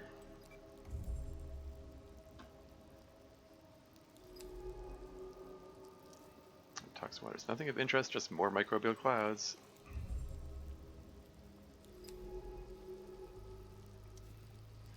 A rock outcrop. A little sand is gathered around the distended base of this rock, enough to hide a creature from the bloom, perhaps.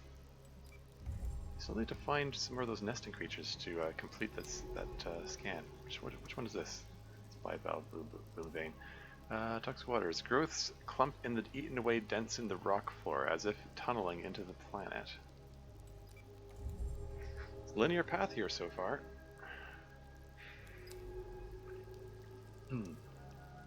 World rock formations sit wreathed in green cloud. I could breeze through these faster if I did stop to read everything. And there's another. Okay. Looks like this is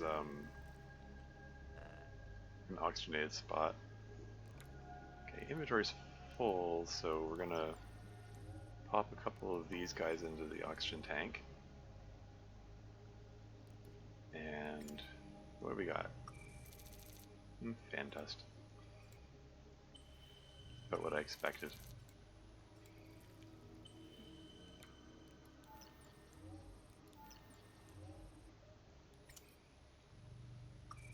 And, you know, my powers of pattern recognition tell me that they show up 3 at a time.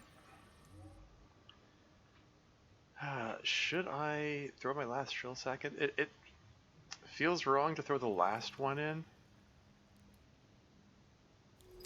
I don't know. Anyway, only one way to go from here. Silt plain. The rock floor here is covered in a thin layer of silt unmoved by currents or creatures. Continue our linear path here. No longer linear. Okay, so it diverges. Let's take the eastern one first. Metal debris. Scattered and eaten away debris from Minae's expeditions spreads out across the rock shelf, gathering tiny drifts of sand. I figure if it goes east, it's sort of a vaguely double-backy kind of path, and so therefore it's more likely to hit a dead end. Abandoned base. Minae clearly tried to establish a base here, but it was unable to resist the bloom. Why here, so deep in this toxic landscape? Is there anything salvageable? Anything to collect? Anything? Nothing? Okay, and it's another bivalve thingy. Silt drift. Silt has gathered in wide drifts around the remains of Minae's makeshift base. What was she looking for here?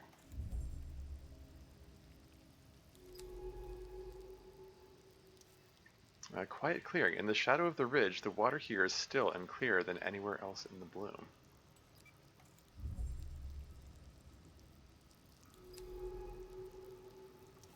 It continues on. Metal traces. Among the rocks, the twisted remains of some equipment, most likely brought here by Minae, lies oxidized and caked in the growth.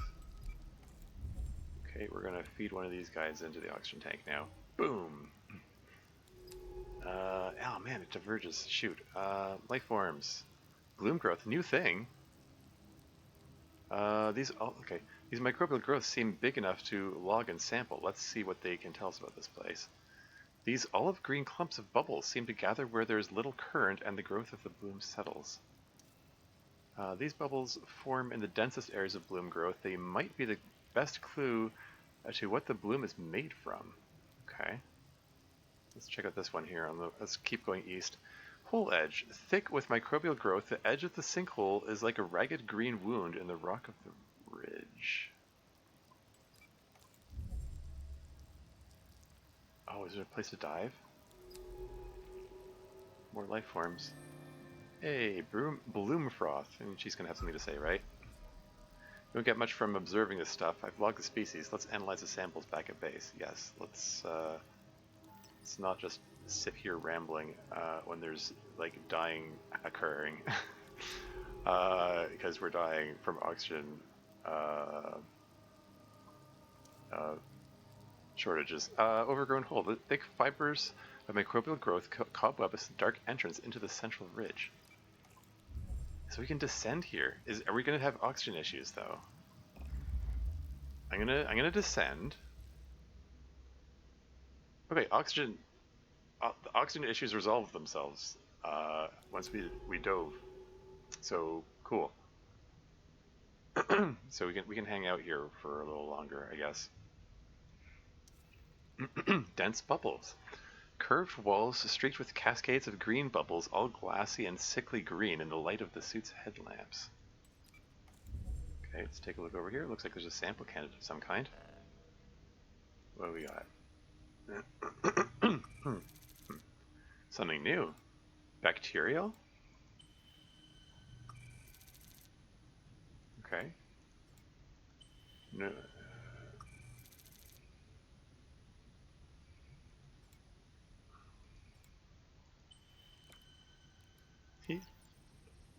Bloom bubble. A bubble growth sampled from deep in the bloom. Okay, it can be used as fuel or oxygen. Cool. Metal seal. What have we here? What is this? Corroded into the tunnel mouth, the seal is stuck fast. The only way in would be to cut straight through.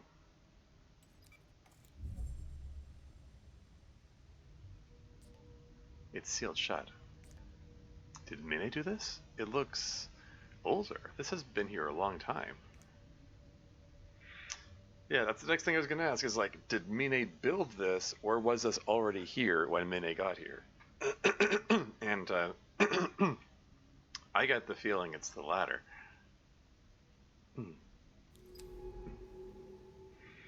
So we're gonna need to find some way to cut through that, I suppose. Huh. I'm gonna pop back over here to see if these things respawn. Because if they respawn, then I don't mind feeding a couple of them into my oxygen tank, into my oxygen supply.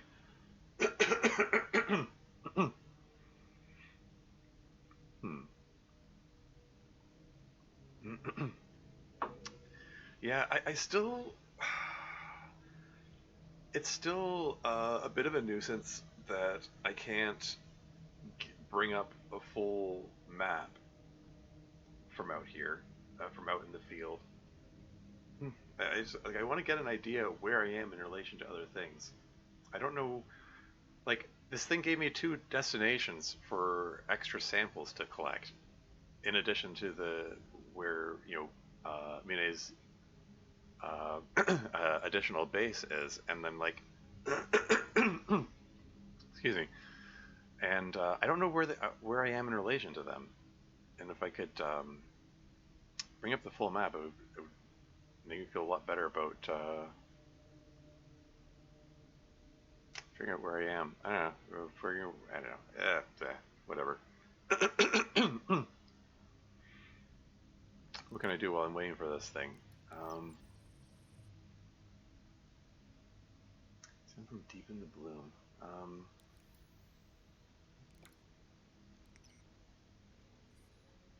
Yeah, I'm too deep to for the link to work.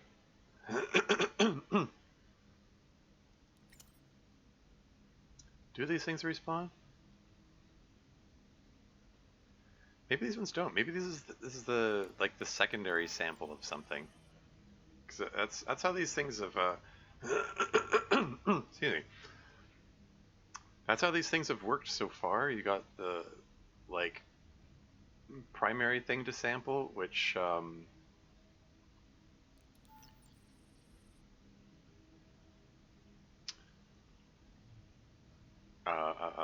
which gives some data, and then there's a secondary one which gives the rest of it.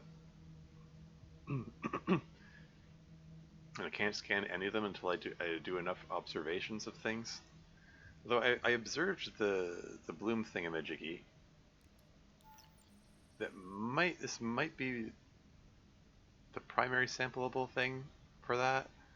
Well, this is deep in a cave, so maybe I don't know. Hard to say.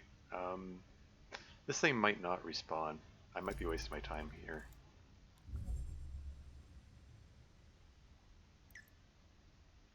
Let's just head out. I've got 3 of these things to fall back on for oxygen supplies.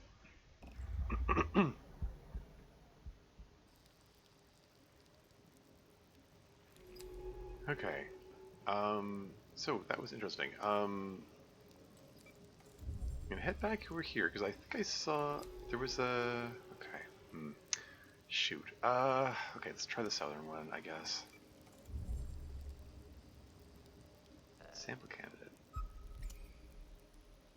Okay. Feed the shrill sack in. Feed this guy in. Just get that oxygen up. More bloom bubbles.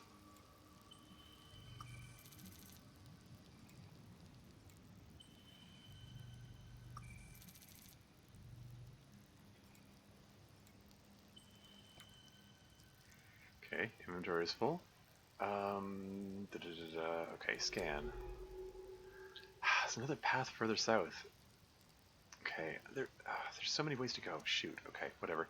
Central ridge. Silt gathers against the side of the central ridge, which stretches up into the blinding green.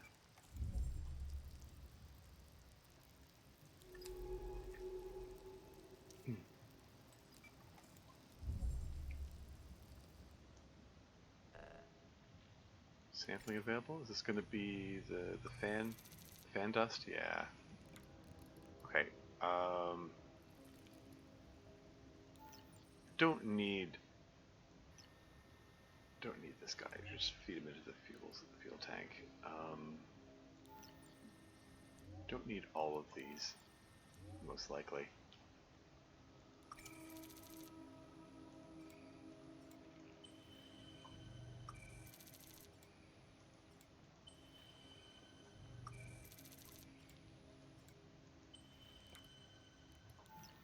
And just feed them straight into the oxygen tank. Now this one, I know respawns, so I feel a little better about hanging out here. There's another southern path, and it diverges again. Gosh darn it. Okay, this is tricky to map out. Everything, they all diverge so many times. I don't know where things are in relation to each other. There isn't a whole lot in the way of landmarks, like identifiable landmarks that say, oh yeah, there's that thing. That means I know I'm near this. I mean, there are some. It's just like most of this landscape is just—it's all green, you know. At least I found a cave here. That's that's an easily identifiable landmark, right? So we got two more of these shell thingies to fall back on for oxygenation purposes. I think I'm gonna keep going south, but keep in mind that there were like 2 or 3 branching points. I'm gonna have to explore all of them. Well, gonna have to. I want to explore all of them. I don't want to leave anything unexplored. I want to explore. I want to find it all. It's the completionist instincts in me. I want to make sure I explore every possible path. Still a little trouble. Didn't find any more of those nest thingies. The nestlings. The guy that the one that I fed into the fuel port a moment ago.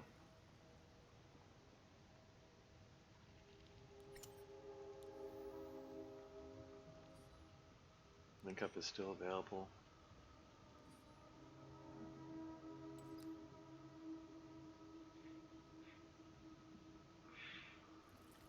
Like, this would be a good time to like study the map, if I could.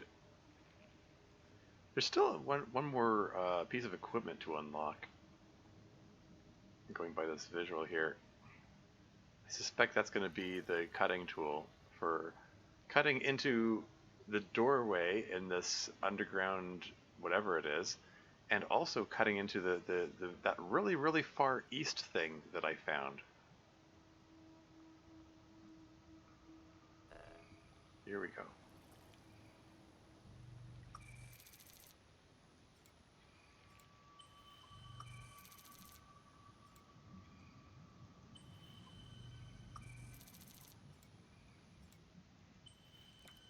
Okay, so you just feed these into the oxygen tank. That makes me feel better about the oxygen situation. Okay. As I said, we're gonna head south. What's this? Another bloom froth? Silt strip. Between the wall of the ridge and the corroded shelf is a wide strip of pale and silvery silt. Okay, I'm just gonna feed that into the oxygen tank while I'm in motion. Okay, let's, ridge outcrop. A boxy outcrop at the boom central ridge rise of the green growth. I think I want to go this way first. Filtering fan. This fan looks greener than the other. Its delicate spines clogged with growth. Even these remarkable creatures can succumb to the bloom. Yeah, don't actually necessarily want to go this way first. I'm just dropping by here to pick up the samples, so I can immediately cannibalize them. Oh, sample singular? Expect there to be more than one. Okay. But I'm gonna go back this way. Even though I said, oh, I'm gonna focus on going south. I did click on this, so I want to make sure I go this way first, because it will confuse me otherwise if I have a path which I started to go down and didn't finish. Narrow passage, a thin gap between a boulder and the towering ridge. Over here, an animal? More bivalve thingy? More bloom froth? What's this say? Dead fan. Sample candidate. Oh, here we go. A fan lies in a bed of green, toppled by the weight of the microbial growth. Its stem is exposed. We could sample it here.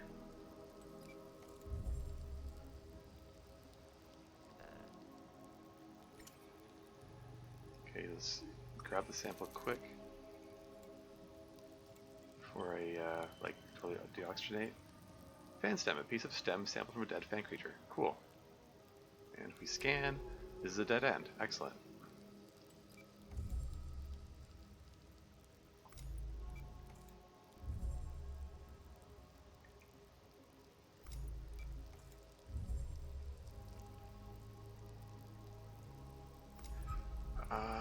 Okay, I'm gonna here. I'm gonna feed you into the oxygen tank.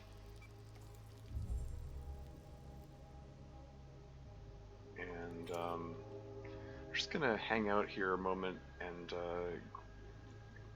like enough time's elapsed, this should be almost respawned, and then I can just grab the fan thingies. And I think I might just pop back a little further north just to see if the bacterial things respawned. Just out of curiosity. That might be a waste of time and a waste of oxygen. Should also double check for safety reasons, make sure I can still link up.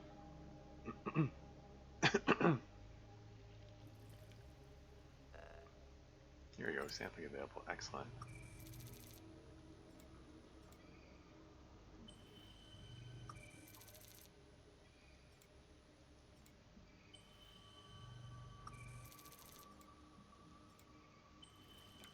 We're going to feed these into the oxygen tank immediately,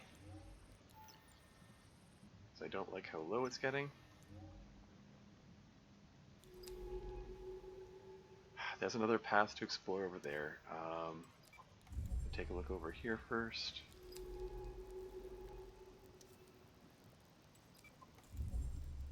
I just want to see if these bacterial thingies regrow.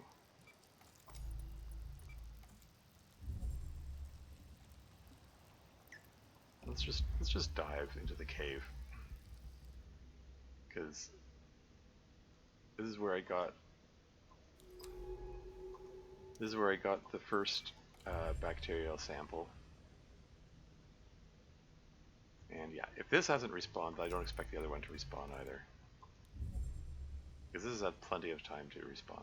So, alas, nothing for it. I think it might be prudent to head back. I mean, I've got 2 more of these guys. I could stay out a while longer.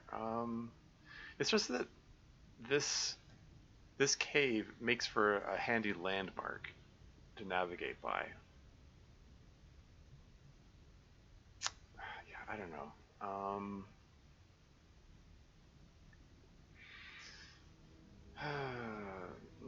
Yeah, I'm gonna head back. Let's drop off this stuff, and then I can collect some more of these.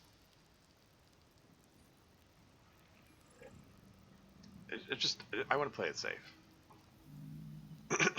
Maybe I'm playing it too safe. I don't know. I don't particularly want to find out what happens if I run out of oxygen. Yeah, 2 of those shells. I could have stayed out a lot longer, but I just, for my own sanity, I don't want to, you know, lose track of where I've been, where I haven't been, and get lost and confused and stuff. So yeah. What am I doing? I want to go to the bay, to the sample store, and drop these guys in here.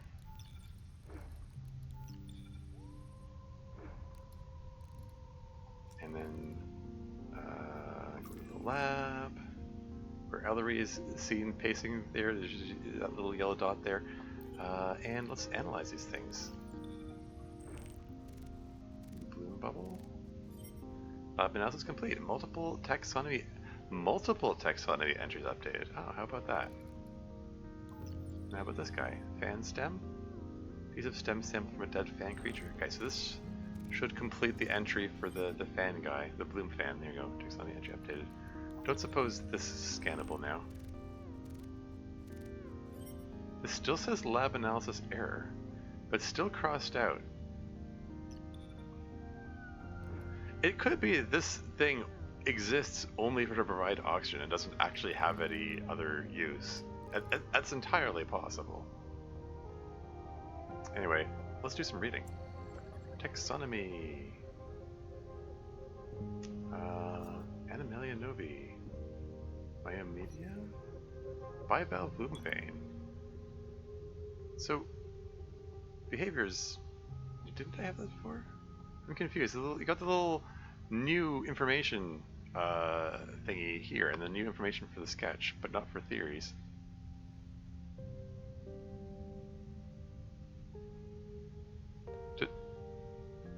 Did I read this before? Bloom veins conceal themselves in bronze-colored shells most of the time, only coming out when the opportunity to feed presents itself. Highly attuned to the currents and flows of the bloom, bivalve blue veins take advantage of any break in the bloom's flow to unfold from their shells and feed. They feed primarily on the bloom's microbial growth itself, able to quickly establish and maintain a feeding zone of oxygenated water. When a bloom vein tires, it will then retreat back into its shell, burying itself in the silt once more. I'd like to understand more about how the bloom veins are able to feed directly on the microbes of the bloom, considering the extremely high toxicity.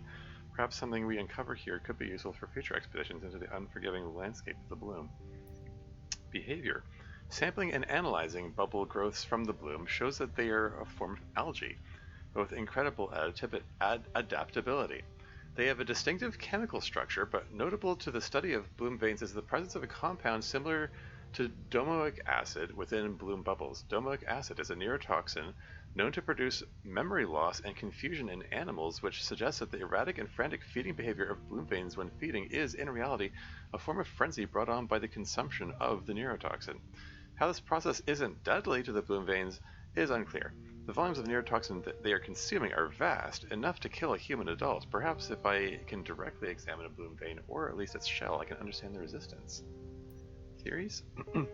After being lucky enough to come across an entire bloom vein shell, analysis has provided some possible explanations for the creature's neurotoxin resistance. The shell itself was found to have radial patterns of tiny holes in certain areas.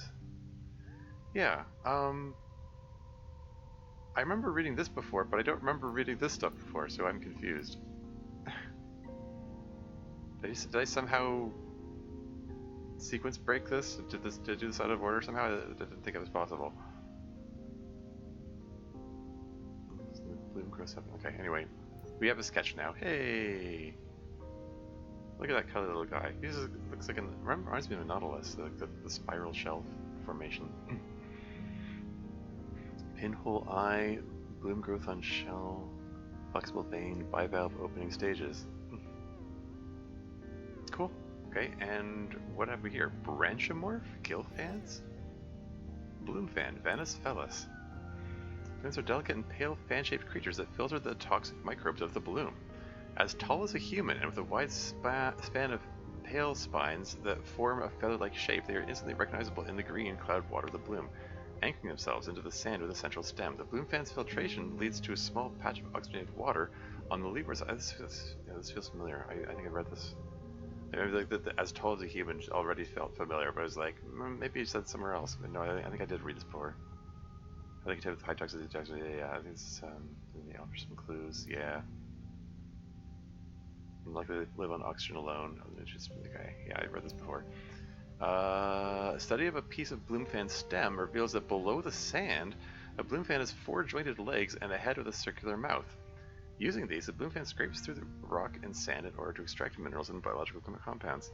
Bloom fans may feed on the roots or even the buried eggs of other bloom species.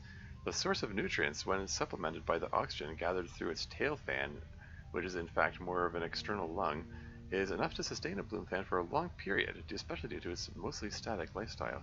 What this also suggests is that there may be a larger subterranean ecosystem which remains undiscovered beneath the bloom. Is this where life is retreated to in these toxic conditions? You got a sketch. Filtering spine, century nodule, section view, fantail, anchored limbs, and head. Yeah, it's a very unassuming thing. It's a leaf, like from. If this is all we can see of it, sticking up from the out of the sand, like it just seems like a leaf.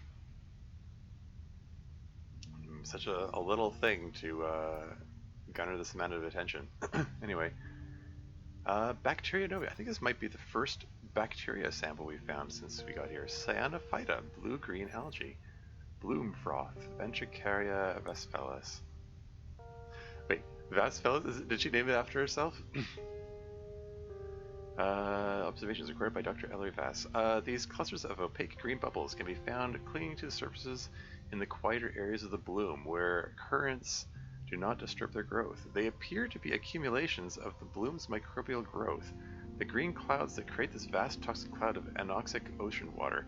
The bloom itself is a mysterious phenomenon, similar to terrestrial algae blooms, hence the name Minae gave this part of at least 667 cc's ocean, but far more potent in its strength and seemingly much longer lasting, as much of the life in this sector has adapted to these extreme conditions. The similarity to terrestrial blue-green algae, aka cyanobacteria, has allowed me to classify the species as bacterial, but this thesis needs to be tested. Perhaps by analyzing this froth, we can understand the underlying chemical processes taking place here. Thesis needs to be tested. Wait, the thesis that it's bacteria? I mean, it's a single-celled life form. Isn't that already classified as a bacterium? Is it like a single-celled animal, basically?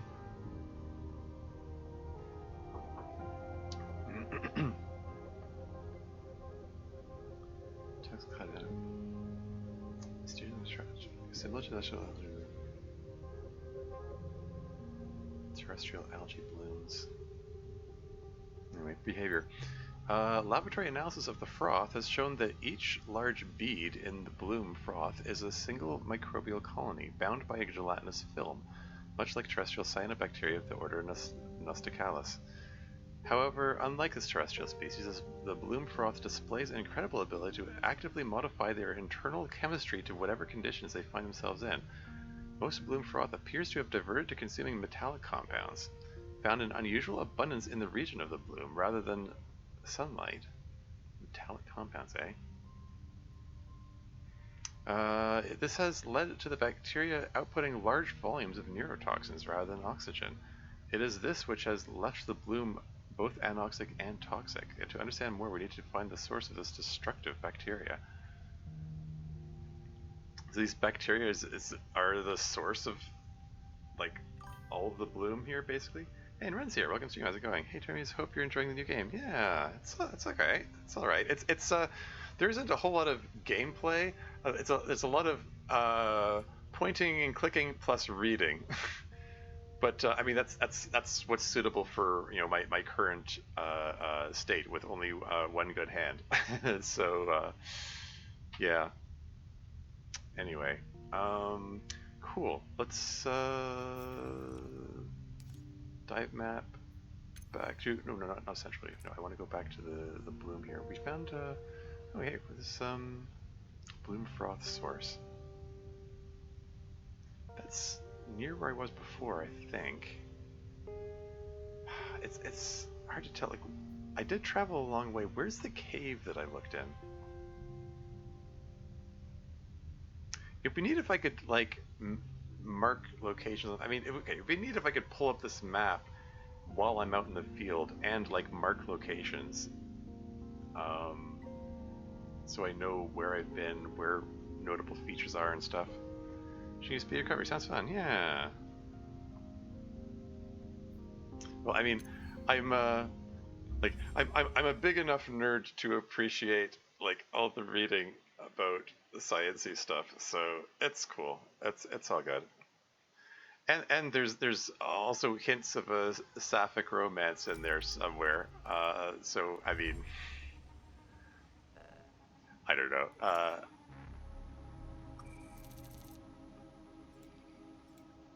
So if I just grab that and then immediately go back inside, does it respawn immediately if I do that? Oh yeah, nothing wrong with that. Ha ha ha, yeah. I mean, we don't really know the nature of the relationship between Dr. Ellery Vass, the main character of this game, and Minae, the female scientist that she's pursuing here, because I mean, the story we know so far, Minae sent a message to Ellery telling her to come here. No explanation given. And Ellery shows up to find all these new life forms which have never been discovered before. Yeah, so it seems if I just pop into the way station and then pop out again. This thing respawns. So, like, I can just fill up my inventory with these. Why not?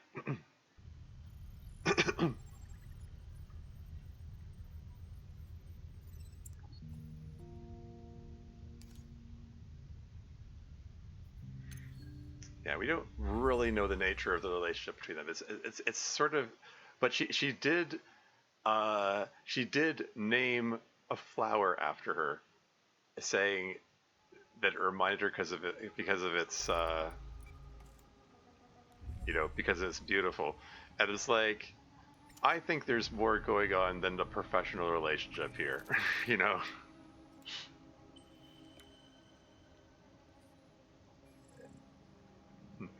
Thank you for the explanation. I wasn't able to catch your machine. Okay, yeah, yeah. She's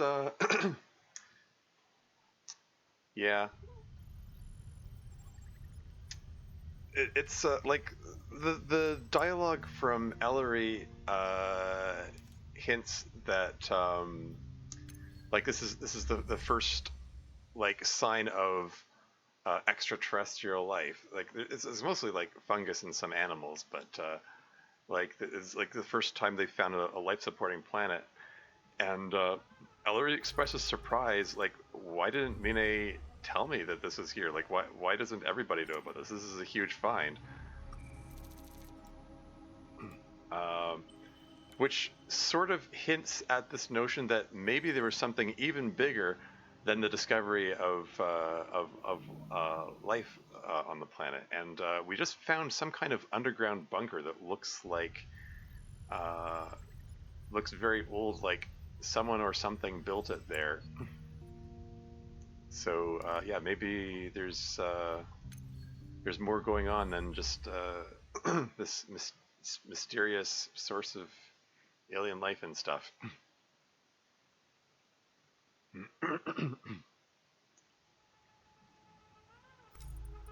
Yeah, no sign of Minae though.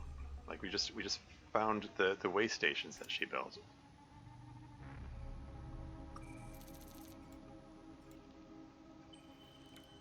Okay, so let's just. Okay, I'm gonna grab one more of these. Let's just pop back in, pop out again. It's a little silly, just popping in and out so many times. I mean, it seems to make it respawn faster that way, though. So, okay, this time we're gonna head out properly here. We've got lots of oxygen supplies, so we should be good to go. Let's just fill up the propulsion tank there, and we're gonna grab this sphere fragment here. Yoink. Just pop over here, refill oxygen and power. Just top them up, and yeah, we're gonna head this way.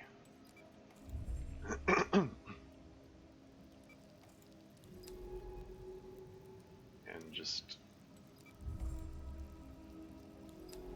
keep scanning.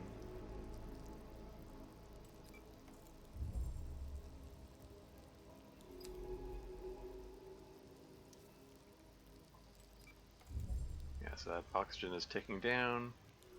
We're gonna keep. I don't remember where the branches in the path are, so I'm just gonna keep scanning, even though it slows me down a bit to be repeatedly scanning like this. It's mostly a linear path.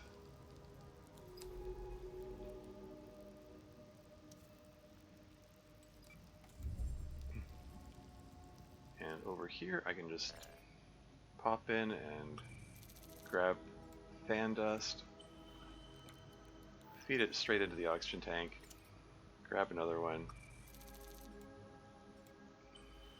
feed that into the oxygen tank, have lots of oxygen, no shortage of oxygen. Gonna make a good big long trip here.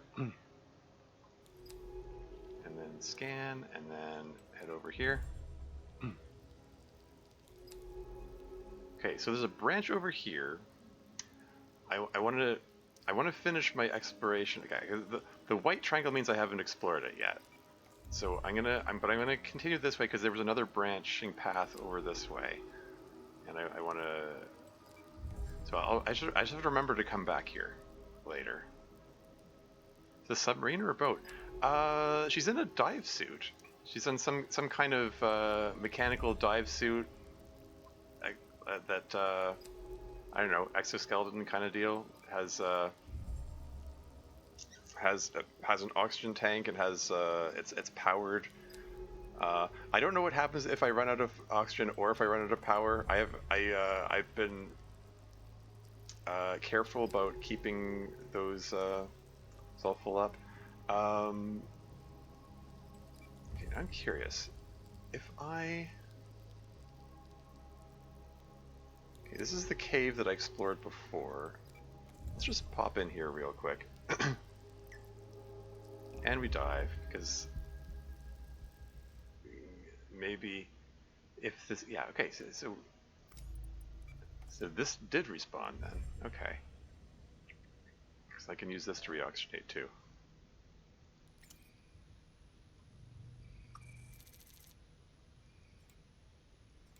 Yoink. Just feed that right into the oxygen tank.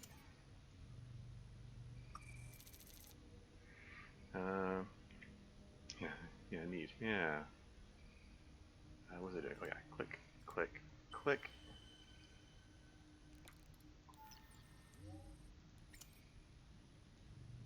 And then I can feed this one in there as well.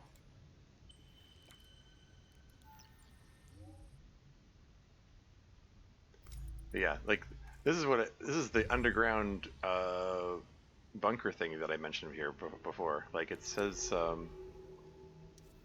Yeah, metal seal. Corroded into the tunnel, mouth of the seal is stuck fast. The only way in would be to cut straight through.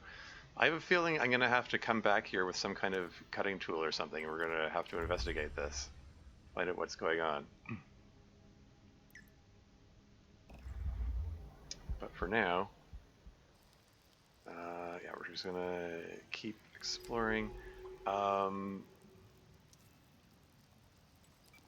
Yeah, so there was a branching path over that away.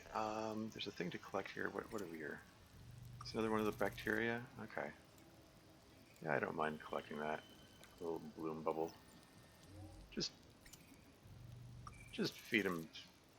I've got samples back home at the base. I can afford to feed them all into the straight to the oxygen tank. It's fine. Oops.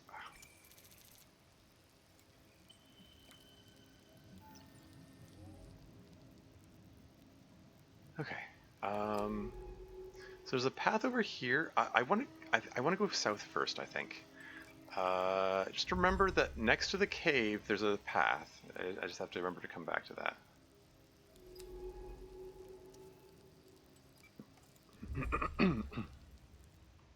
Okay, a little bubble of oxygen. Need some more fan dust to go straight into the oxygen tank.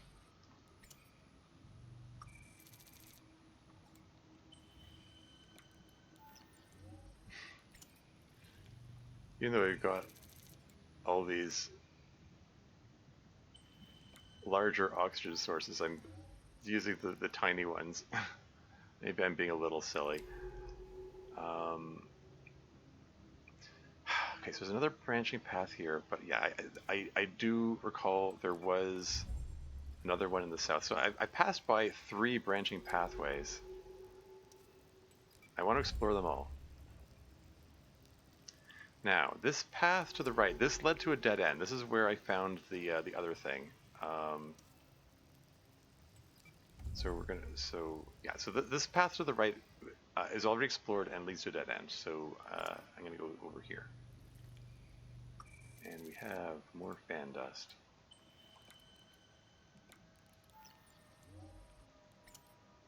There's only one of them, curiously. Usually they come in 3s. Okay, here we go. This is a new path we have not yet explored. Toxic waters. Is the bloom part of a regular cycle or a single catastrophic event? How do you? What makes you say it's catastrophic? I mean, you got thriving life forms here, so sure the water is toxic to like humans and most life forms, but something's surviving here. Rock outcrop. These strange rocks are beautiful. If only the bloom didn't keep us from lingering longer.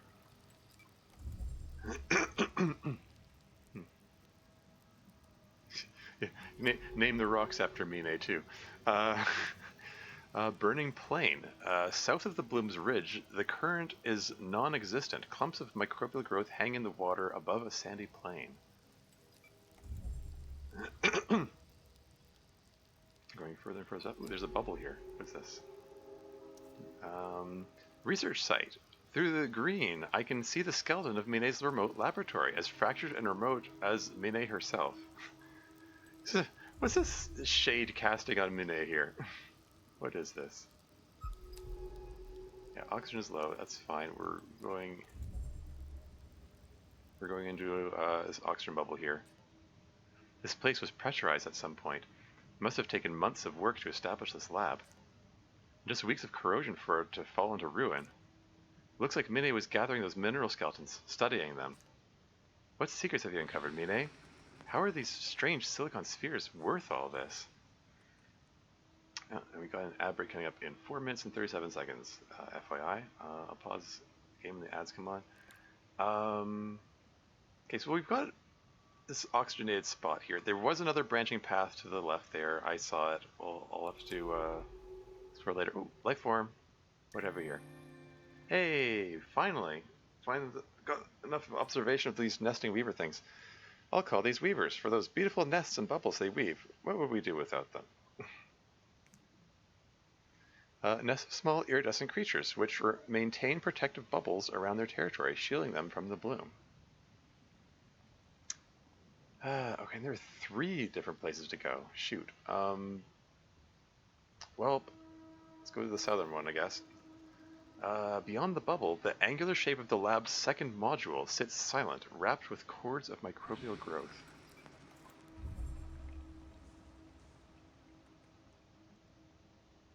Okay, anything to collect here? Nothing? Okay. There's another path further south. Shoot, okay. Well, I want to check that out. I want to check out this oxygen bubble first. Maybe I get the feeling there's something to collect, maybe. Dissected skeletons. The equipment here suggests Minae was studying the mineral skeletons. Where she has cut through, the silica shines pure silver. Okay, before I do anything else, I'm feeding one of these things into my oxygen tank. I don't like my oxygen tank sitting that low. Anyway, let's head on over here. And let's take a look at this central thing here. Crystal cylinders. As we are now, Minae must have relied on these protective bubbles. These spheres provide to study the bloom and its ecosystem. And sampling available. What have we here? We found a thing. We found... Okay, more nest workers. I'd grab them, I guess. Like, I already have a bunch of these. I mean, I guess I can, like, use them for the fuel content, if nothing else.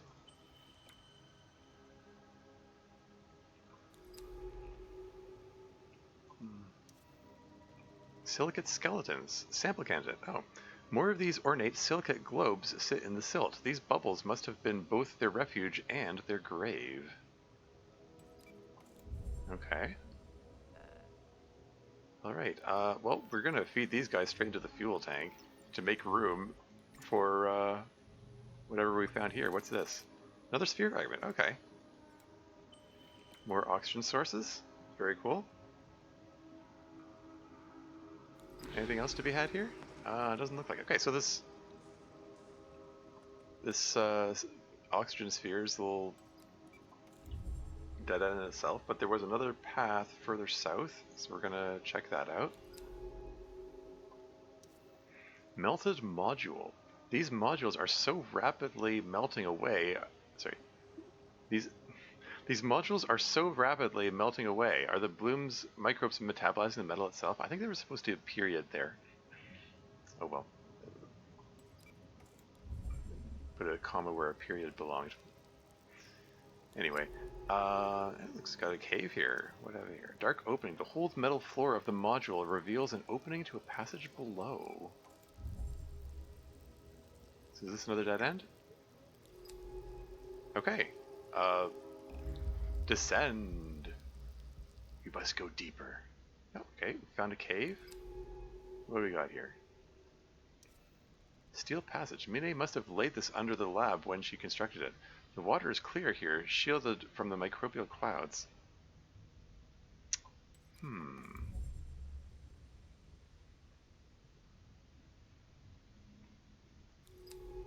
Okay.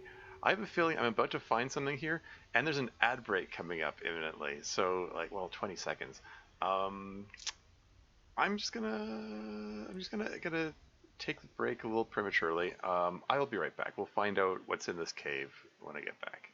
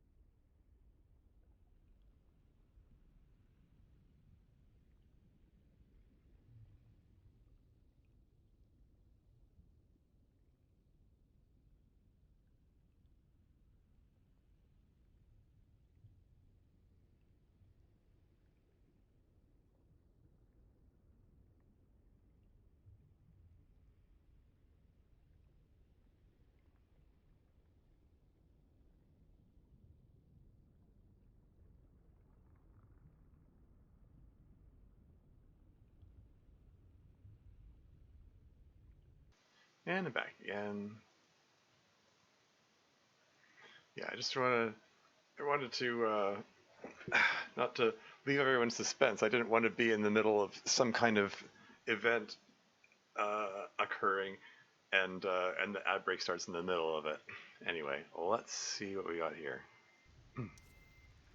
Hidden workshop. Machines glint in the dark.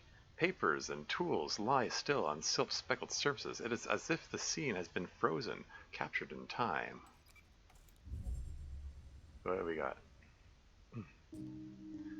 This is not just a lab, it's a workshop. She was building something down here. It's a suit. It looks like she was modifying an old atmospheric hard suit. How deep was she planning to go? These are verified for beyond 1,000 meters. I'm going to see what I can pull from the notes and documents here. Some of them are still partially readable. The lack of water flow must have kept them in good condition. Partially readable. She's definitely speccing the suit for use beyond the drop-off, modifying it with the silicate skeletons. Artificers, she calls them. Exoskeletons of nanofibrous goethite protecting a silicon carbide core. The pressure resistance of their exoskeleton is unprecedented for a biological material. That would take the depth rating of the hard suit well past 3,000 meters. Incredible. But why go over the drop-off at all? What was pushing her forward? She was incredibly driven, desperate even. She mentioned sending ROVs down into the abyssal plane, cobbled together from bits of the base. All of them were lost, and her work on the suit failed. That's where the notes seemed to end. The most recent document mentions another way. Did she make it? How? This suit was so close to completion, why abandon it? We have to make that dive. If I can fix up the suit, we can take it over the drop-off. Perhaps Minae managed it. We need to follow. I can do this. We can do this. Let's get back outside and call in the drone. Well, okay. Yeah, we've been hovering. Right now we're at 28 meters depth. We've been hovering around 20 meters for like the whole game. And we're talking about diving to 1,000 or possibly up to 3,000 meters deep.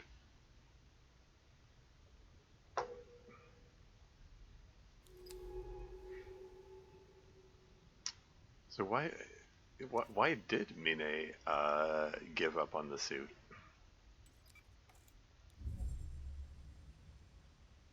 How curious.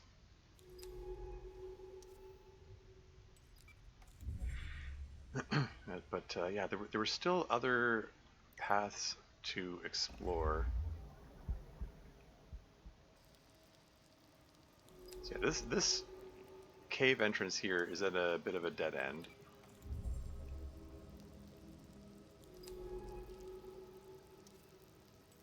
Yeah, I've lost count of how many times the path diverged.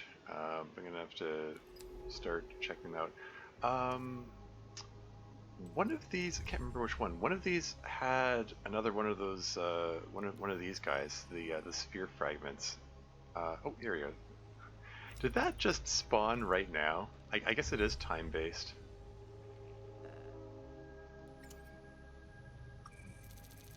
Oh, these are just nest workers. Well, I'll grab them anyway, I guess. Just feed them into my fuel tank.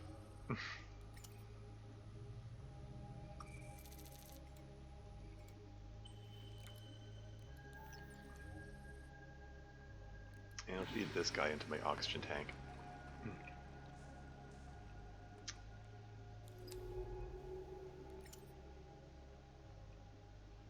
I just kind of wondered if, let me just take a peek around here.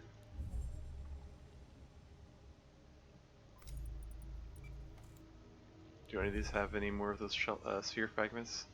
No?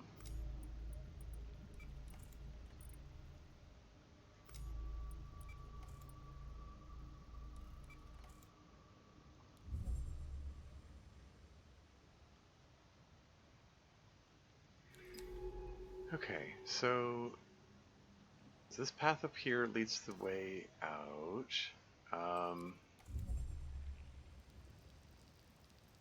And there was another path over here, which is not yet explored. Corroded module. Outside the protective bubble, this module has been corroded beyond recognition.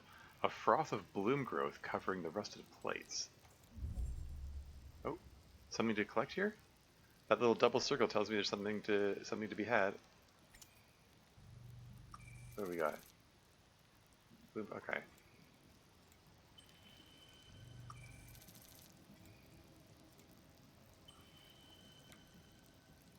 Oh, you can use them for the oxygen content.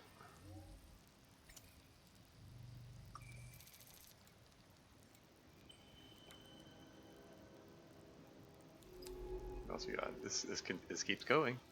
Ceramic conductor. Pulled from the base generator, Minae looks to have been using the bloom as a vast microbial fuel cell to power her work here. Okay. Something to be had here? No? What's this guy? More bloom froth. Abandoned nest. Sample candidate. Oh hey. I think this is one of the things I was supposed to find. This nest once protected this lab module, but now it is clogged with growth. With the colony gone, we could sample its structure.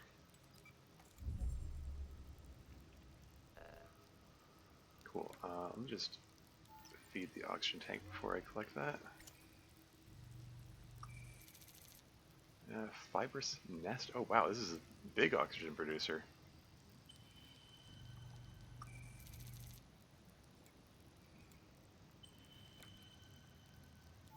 Feed this guy into the oxygen tank.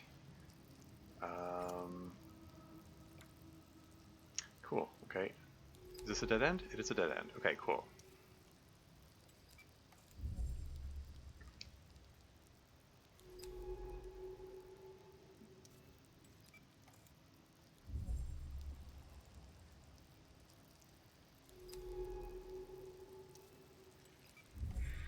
Okay, yeah, finding dead ends is a good thing. It means this branch is explored, and it's less to be explored later. Let's go this way now. Haven't gone this way yet. Oops, I neglected to read what it said. Toxic water. Soft currents push silt into the corroded holes in the rock shelf. And this one says, dense bubbles. Sample candidate. Around this towering pillar of world rock, opaque green bubbles have gathered, pouring out of eroded cracks. I'm going to feed one of these guys into the oxygen tank. And what do we got here? New thing? That was more bloom bubbles. That's fine. I'll put them to use.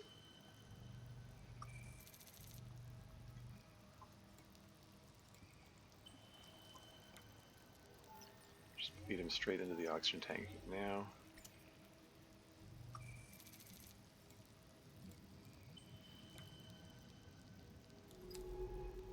And this path continues over here. It's going in a northwesterly direction.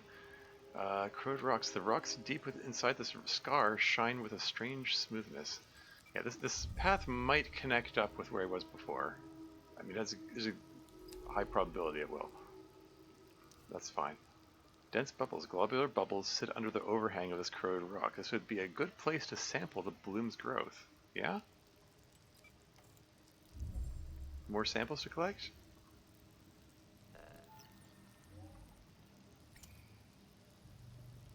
What do we got? Okay, more bloom bubbles. That's fine. It's more of the same thing we already found. But they're still like they're usable. They're usable as an oxygen source, so I have no problem with that. I thought maybe it was going to be a new thing. What's this guy? Another bloom vein? Okay. Silt bank. Small holes, perhaps burrows, dot the waves of silt.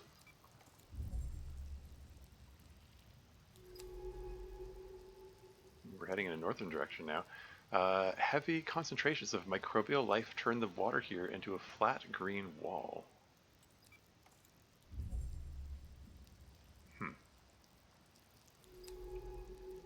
And still going north. Away from the protective bubble, the bloom regains its sickly green. do you mean away from the bubble? Oh, away from this bubble. Okay, let's go into the bubble. We'll read what it says afterward. Just get where it's oxygenated. What does it say? White sand. A million tiny grains, perhaps the broken down remains of those silicate skeletons, gather here in the soft sparkling waves. Toss this guy into the oxygen tank. So we got another oxygen bubble here. Bubble skin object. Though physical objects seem to be able to pass the fizzing skin of the bubble completely up. Sorry. I failed to notice the comma in that sentence. Though physical objects seem to be able to pass, the fizzing skin of the bubble completely obstructs the bloom's microbial clouds.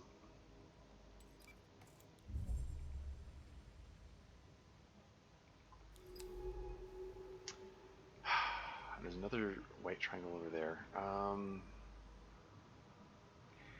I have a feeling this connects up with where I was before. Do I want to check that out first, or should I finish exploring the bubble first? I just don't want to get confused and forget where I've been.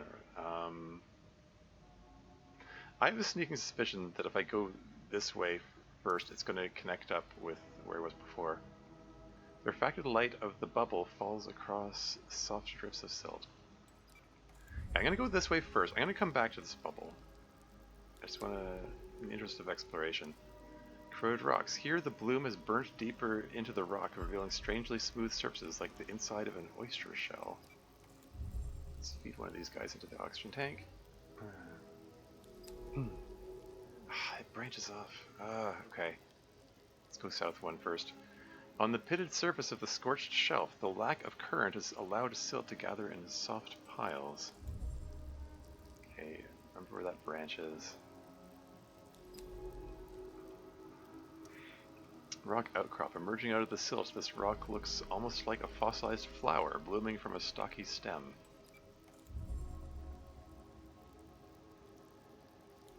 Okay, so you can see this this meets up with where I was before. I think this spot right here, this might be where I found. Oh, okay, where I found the singular. Is it a bacteria sample or was it the fan sample? I think if I go over here, this takes me back to the cave entrance. Yes, I just want to confirm. Yeah, so this is the cave.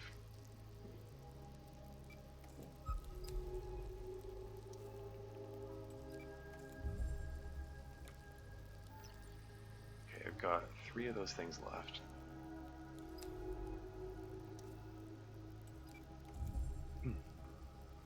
Gonna be thorough in our exploration here.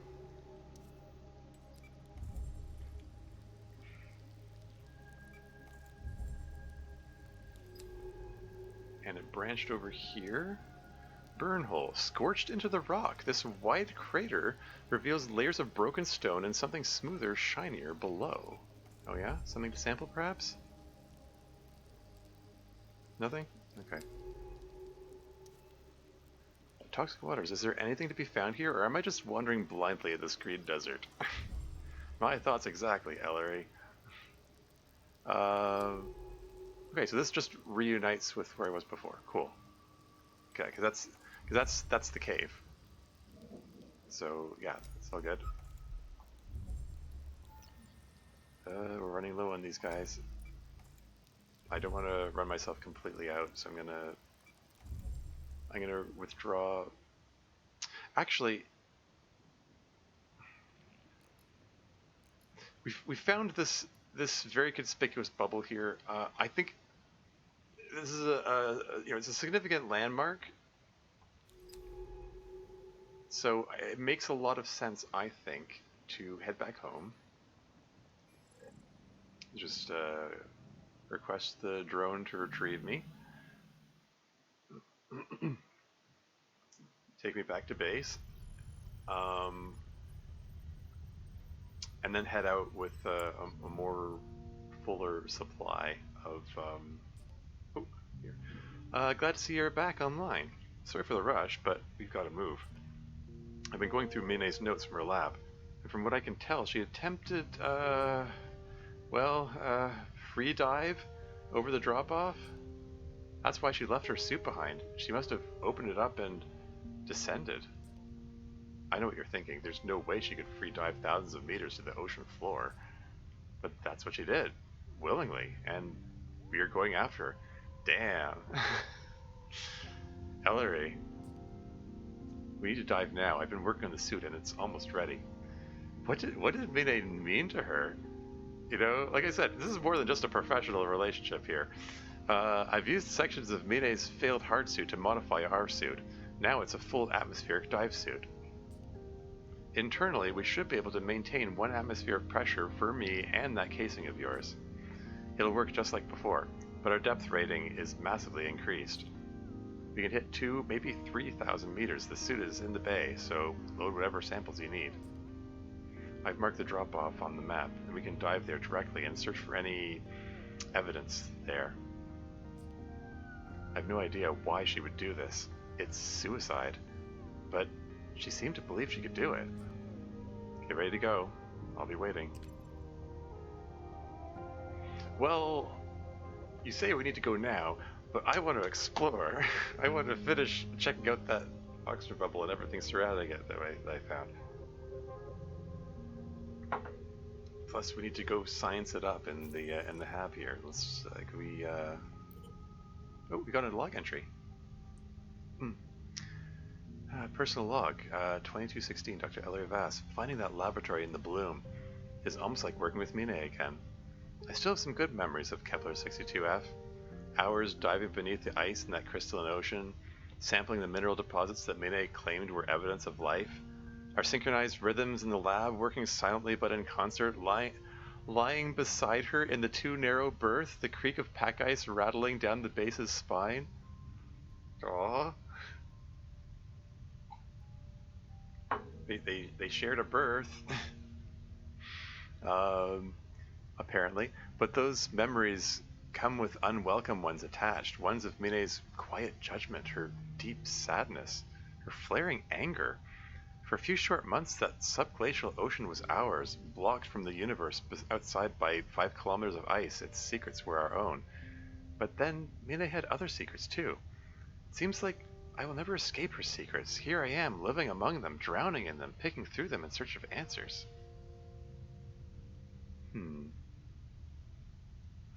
Wow. You know, a couple of confirmed introverts,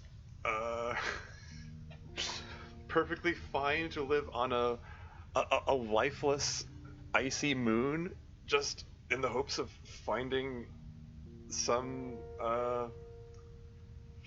evidence of life. I say, you know, confirmed introvert. Minae was apparently content to stay on this planet here for months on end alone. By all indications were that she was alone. I mean, everything that Ellery says that she was alone. It doesn't sound like she had a crew with her or anything. Like all the references in the dialogues, they just talk about Minae herself, not anyone else. Seems awfully dangerous to be in this location by herself, where one little misstep would mean, you know, no one even knows that she's here, so like, well, anyway. Huh, okay, right, Bay, sample store, so we got a new thing. We got a new thing to scan. Sample analysis. Toss it in the scanner. Nest fragment. A shard of a woven crystalline nest sampled from the bloom. Lab analysis complete. Nesting weaver's taxonomy entry updated. I'm guessing this still has the same thing. It's going to say lab analysis error. Yeah, I think these guys were just there to provide oxygen. Anyway, let's read up on the nest weavers. Animalionovi. Anthropelta jointed shells. Okay, yeah, we got nesting weavers. Polymeterius gricus? I don't know. Observation.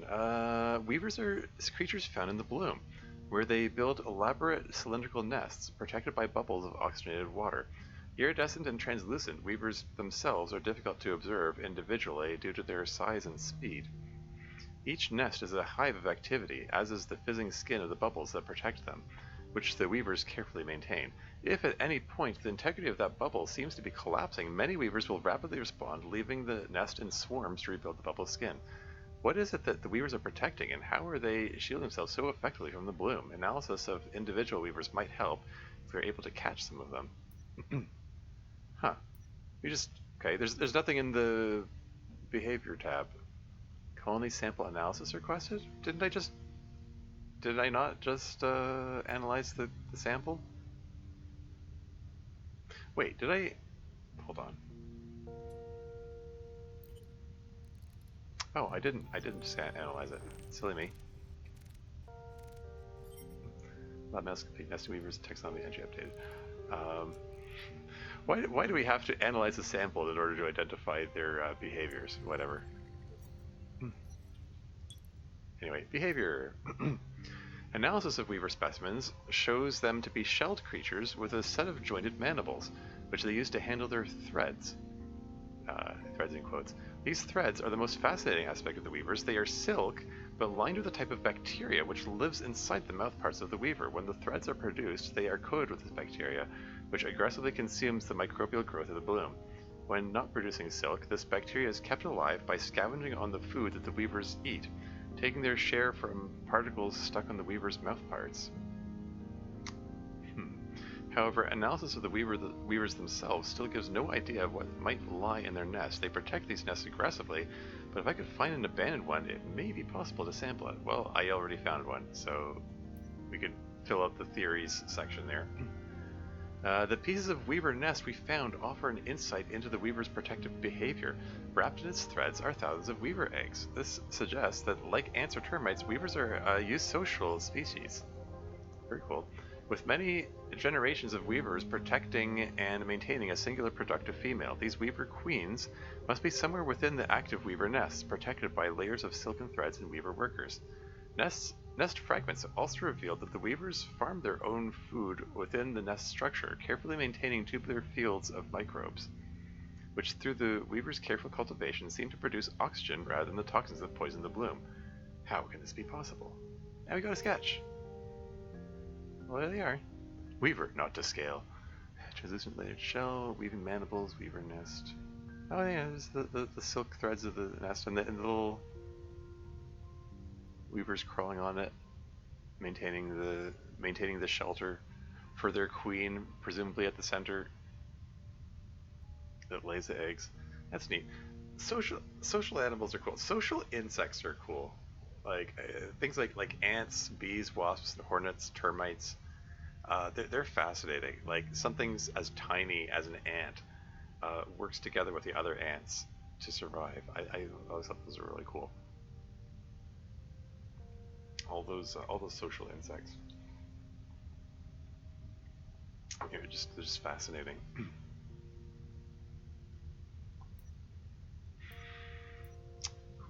Cool. Okay, so yeah, that's the science done.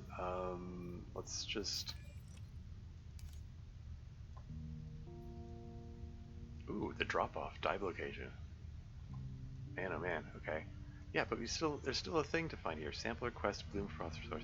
Yeah, I think this is that bubble that I found. I'm gonna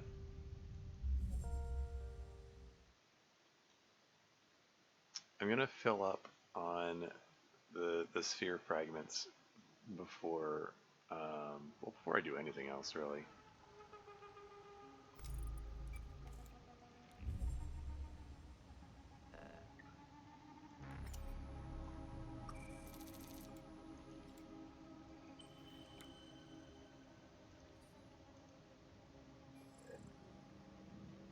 just pop back in, then pop out again. We're just gonna fill up on this stuff. I have a feeling the extra oxygen supply is going to become important when we go to the drop-off as well. The drop-off itself feels like endgame stuff. Although there's still two things, like that mysterious lab in the south here in the cave, and there's the easternmost thing, which said where it said she has to cut her way through and didn't have the equipment to do it. I thought for sure that I was going to find something that would enable me to dig there to cut through, but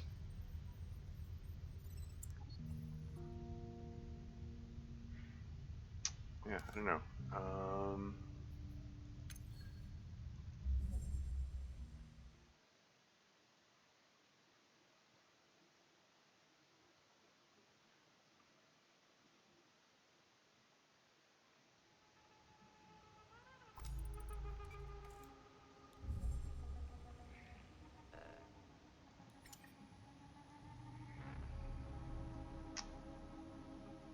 Excuse you, I'm trying to click and drag this thing. There we go.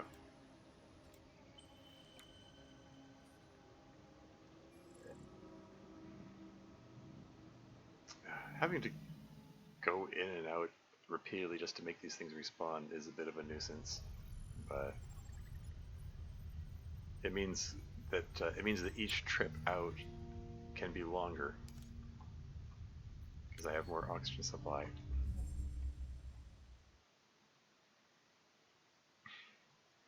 I mean, the fact that the oxygen keeps ticking down as I'm trying to read stuff is contributing to the difficulty, but eh.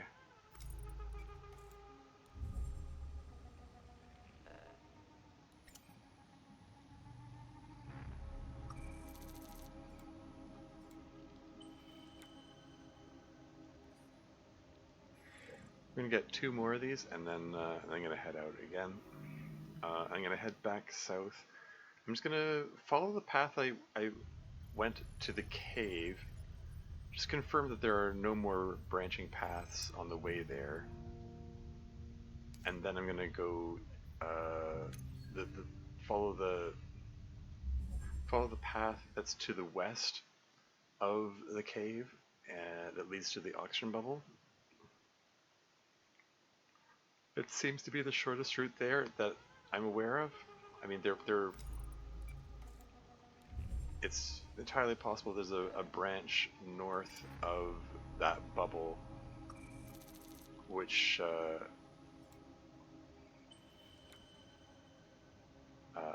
connects up with this path more directly. I'll figure it out when I get down there.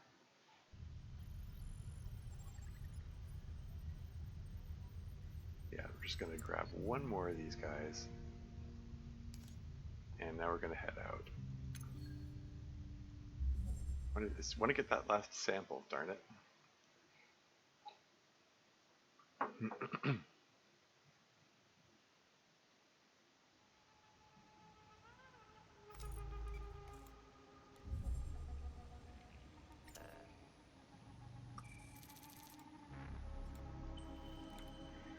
Okay.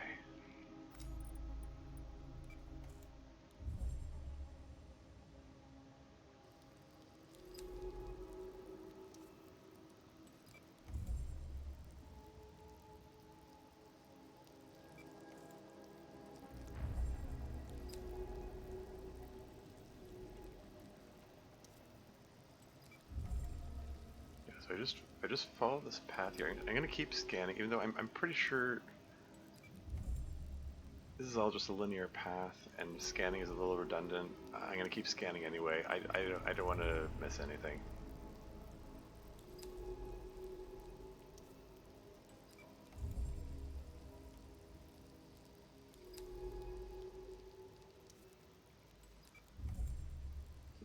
oxygen bubble here. Is this the fans or the bacteria samples? Fan dust. Okay.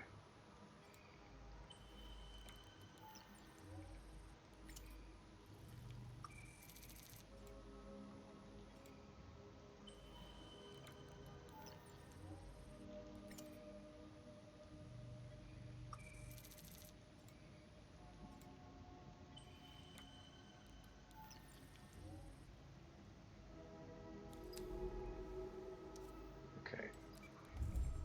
That helps us top up our oxygen a little bit. Okay, so there is a branching path here. I strongly suspect this connects up with that oxygen bubble.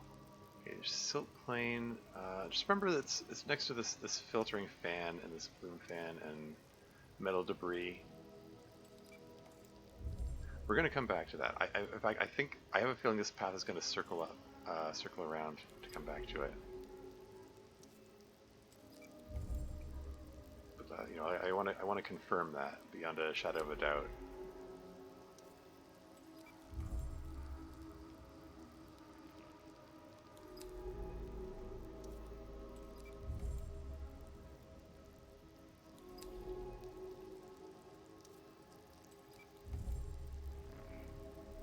So, yeah, so this is the cave. Shall I pick up the bacteria samples while I'm here?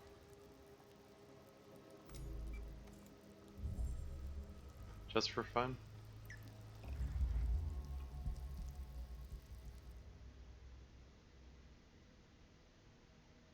Yeah, I'm guessing I still can't do anything with this, right? Am I going to be coming back here? Like, yeah, like if we're going into like a deep dive into the abyss, you know, like this. I'm guessing it's like this planet's version of the Mariana Trench, basically.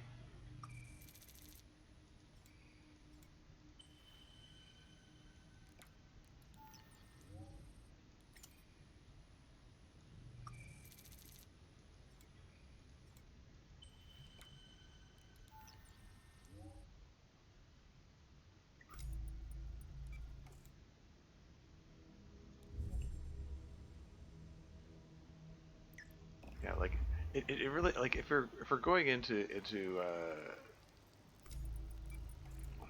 like the way she talks about the drop off makes it gives it some sense of finality, you know.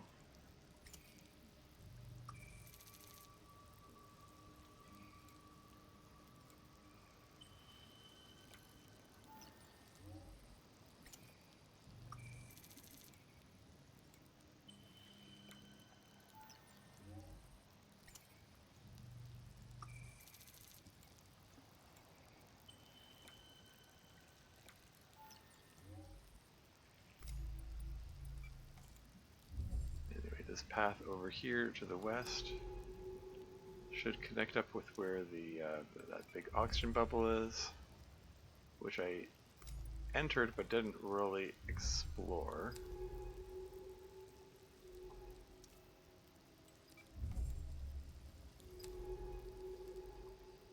Yeah, like I entered the southern portion of it. Here we are.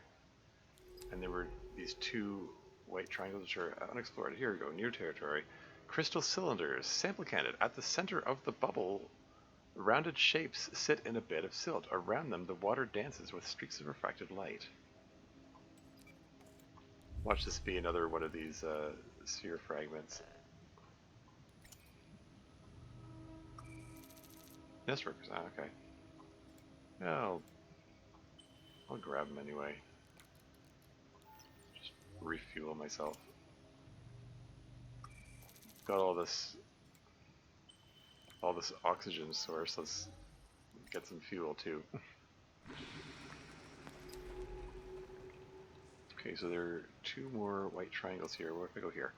Silicate skeletons, sample candidate. These delicate silicate forms, like shattered geodesic domes, seem emptied of all life. What lived here before the bloom came?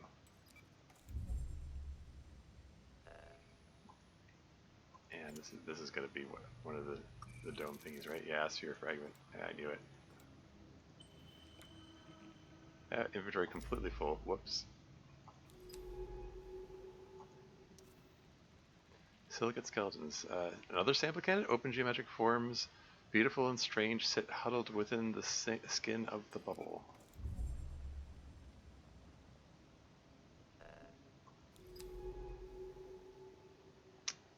And this is going to be another one of these guys. Yep. Okay. Well, let's just pop one of these guys in right now. Inventory completely full. Oopsie.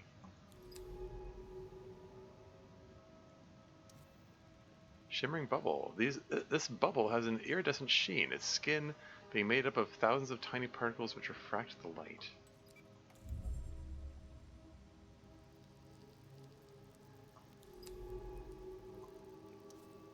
Toxic waters. So among the green clouds, the polychromal light of a huge bubble glows. This is going to connect up with where it was before, right? As part of the bloom is strangely still, the green cloud suspended in the water.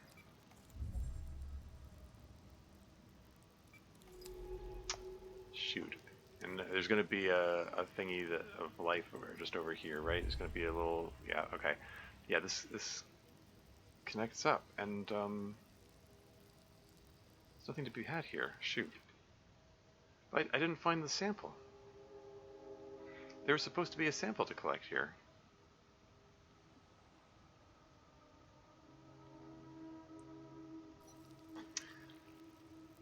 Okay, hold on. Let me just... I'm going to request retrieval. I'm going to head back.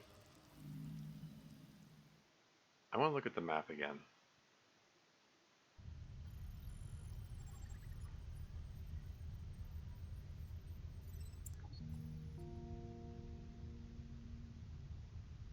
Sample store. Just add another one of these things to my collection. I'll add two of them.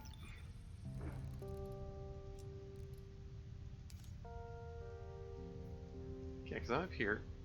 What's this? Bloom froth source. The highest levels of toxicity surround this hole in the bloom central ridge. If we could get below this point, we could sample the bloom source. It's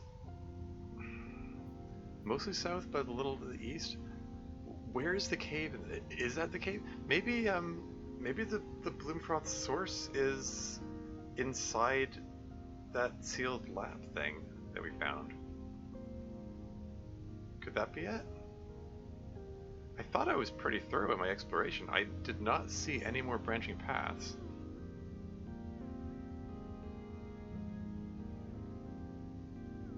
Like, I'm pretty sure I felt like I was pretty thorough in my exploration. Like I went and like before I got to this way station, like I was exploring like the area around here, and I cut a swath through the I went to all the southernmost waypoints, so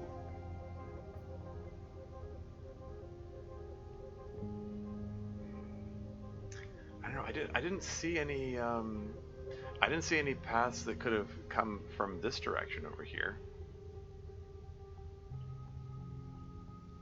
I thought I was pretty thorough. I don't know.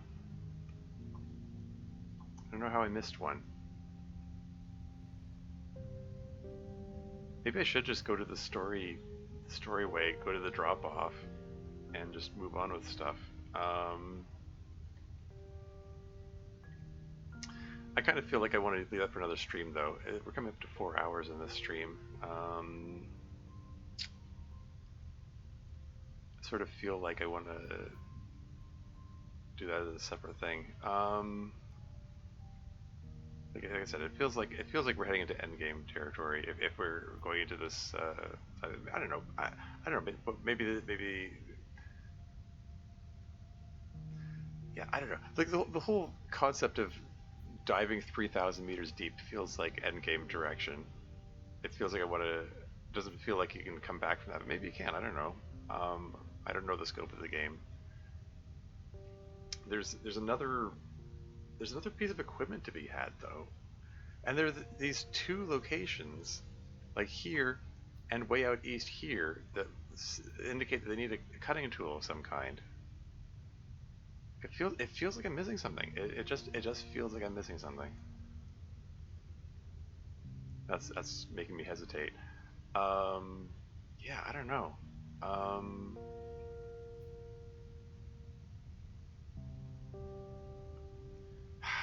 I'm just debating whether, like, do I want to make another pass, another exploration pass, or should I just go to the drop off? You know what? I'm gonna. Okay, here's what I'm gonna do. I'm gonna wrap up the stream, and then next time I'll at the start during the opening ad break, I'll make another pass to see if I can figure out what the heck this is, and then succeed or fail, then I'll do the drop off after the first ad break. That'll work, because Twitch likes to throw an ad breaker in the first 5 minutes of the stream. Yeah, I think that's what I'm gonna do. So yeah, for now, I'm gonna see about who to raid.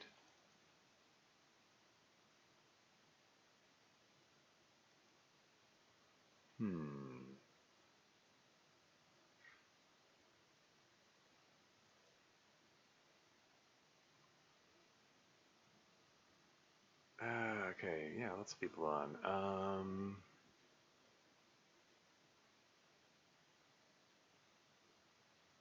Yeah, Silva's on, Putz 3 is on, Brian Glovich is on. I rated Brandon last time though. I would have rated somebody different. As much as what to support uh, his poor bunny who's sick and at the vet. um, Sorry, bear with me here.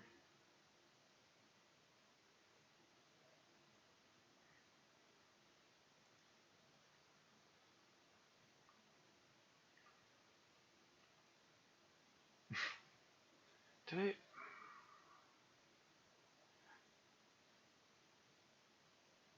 I'm gonna try to remember if I did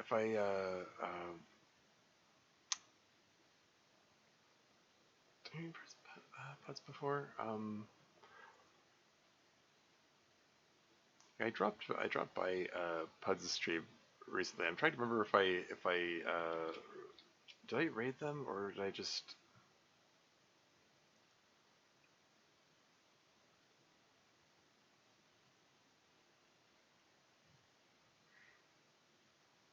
Well, let's give them a raid anyway. Looks like they're playing some kind of horror game. I think total genre shift. That's fine. That's cool. I'll give them some support.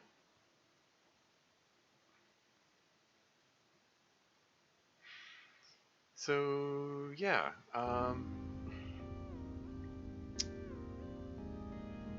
yeah. Well, I mean, we covered a little bit more of the mystery. Like, Minae wanted something deep, apparently, and it was so important that she was gonna risk her life in a possibly suicide mission to get it.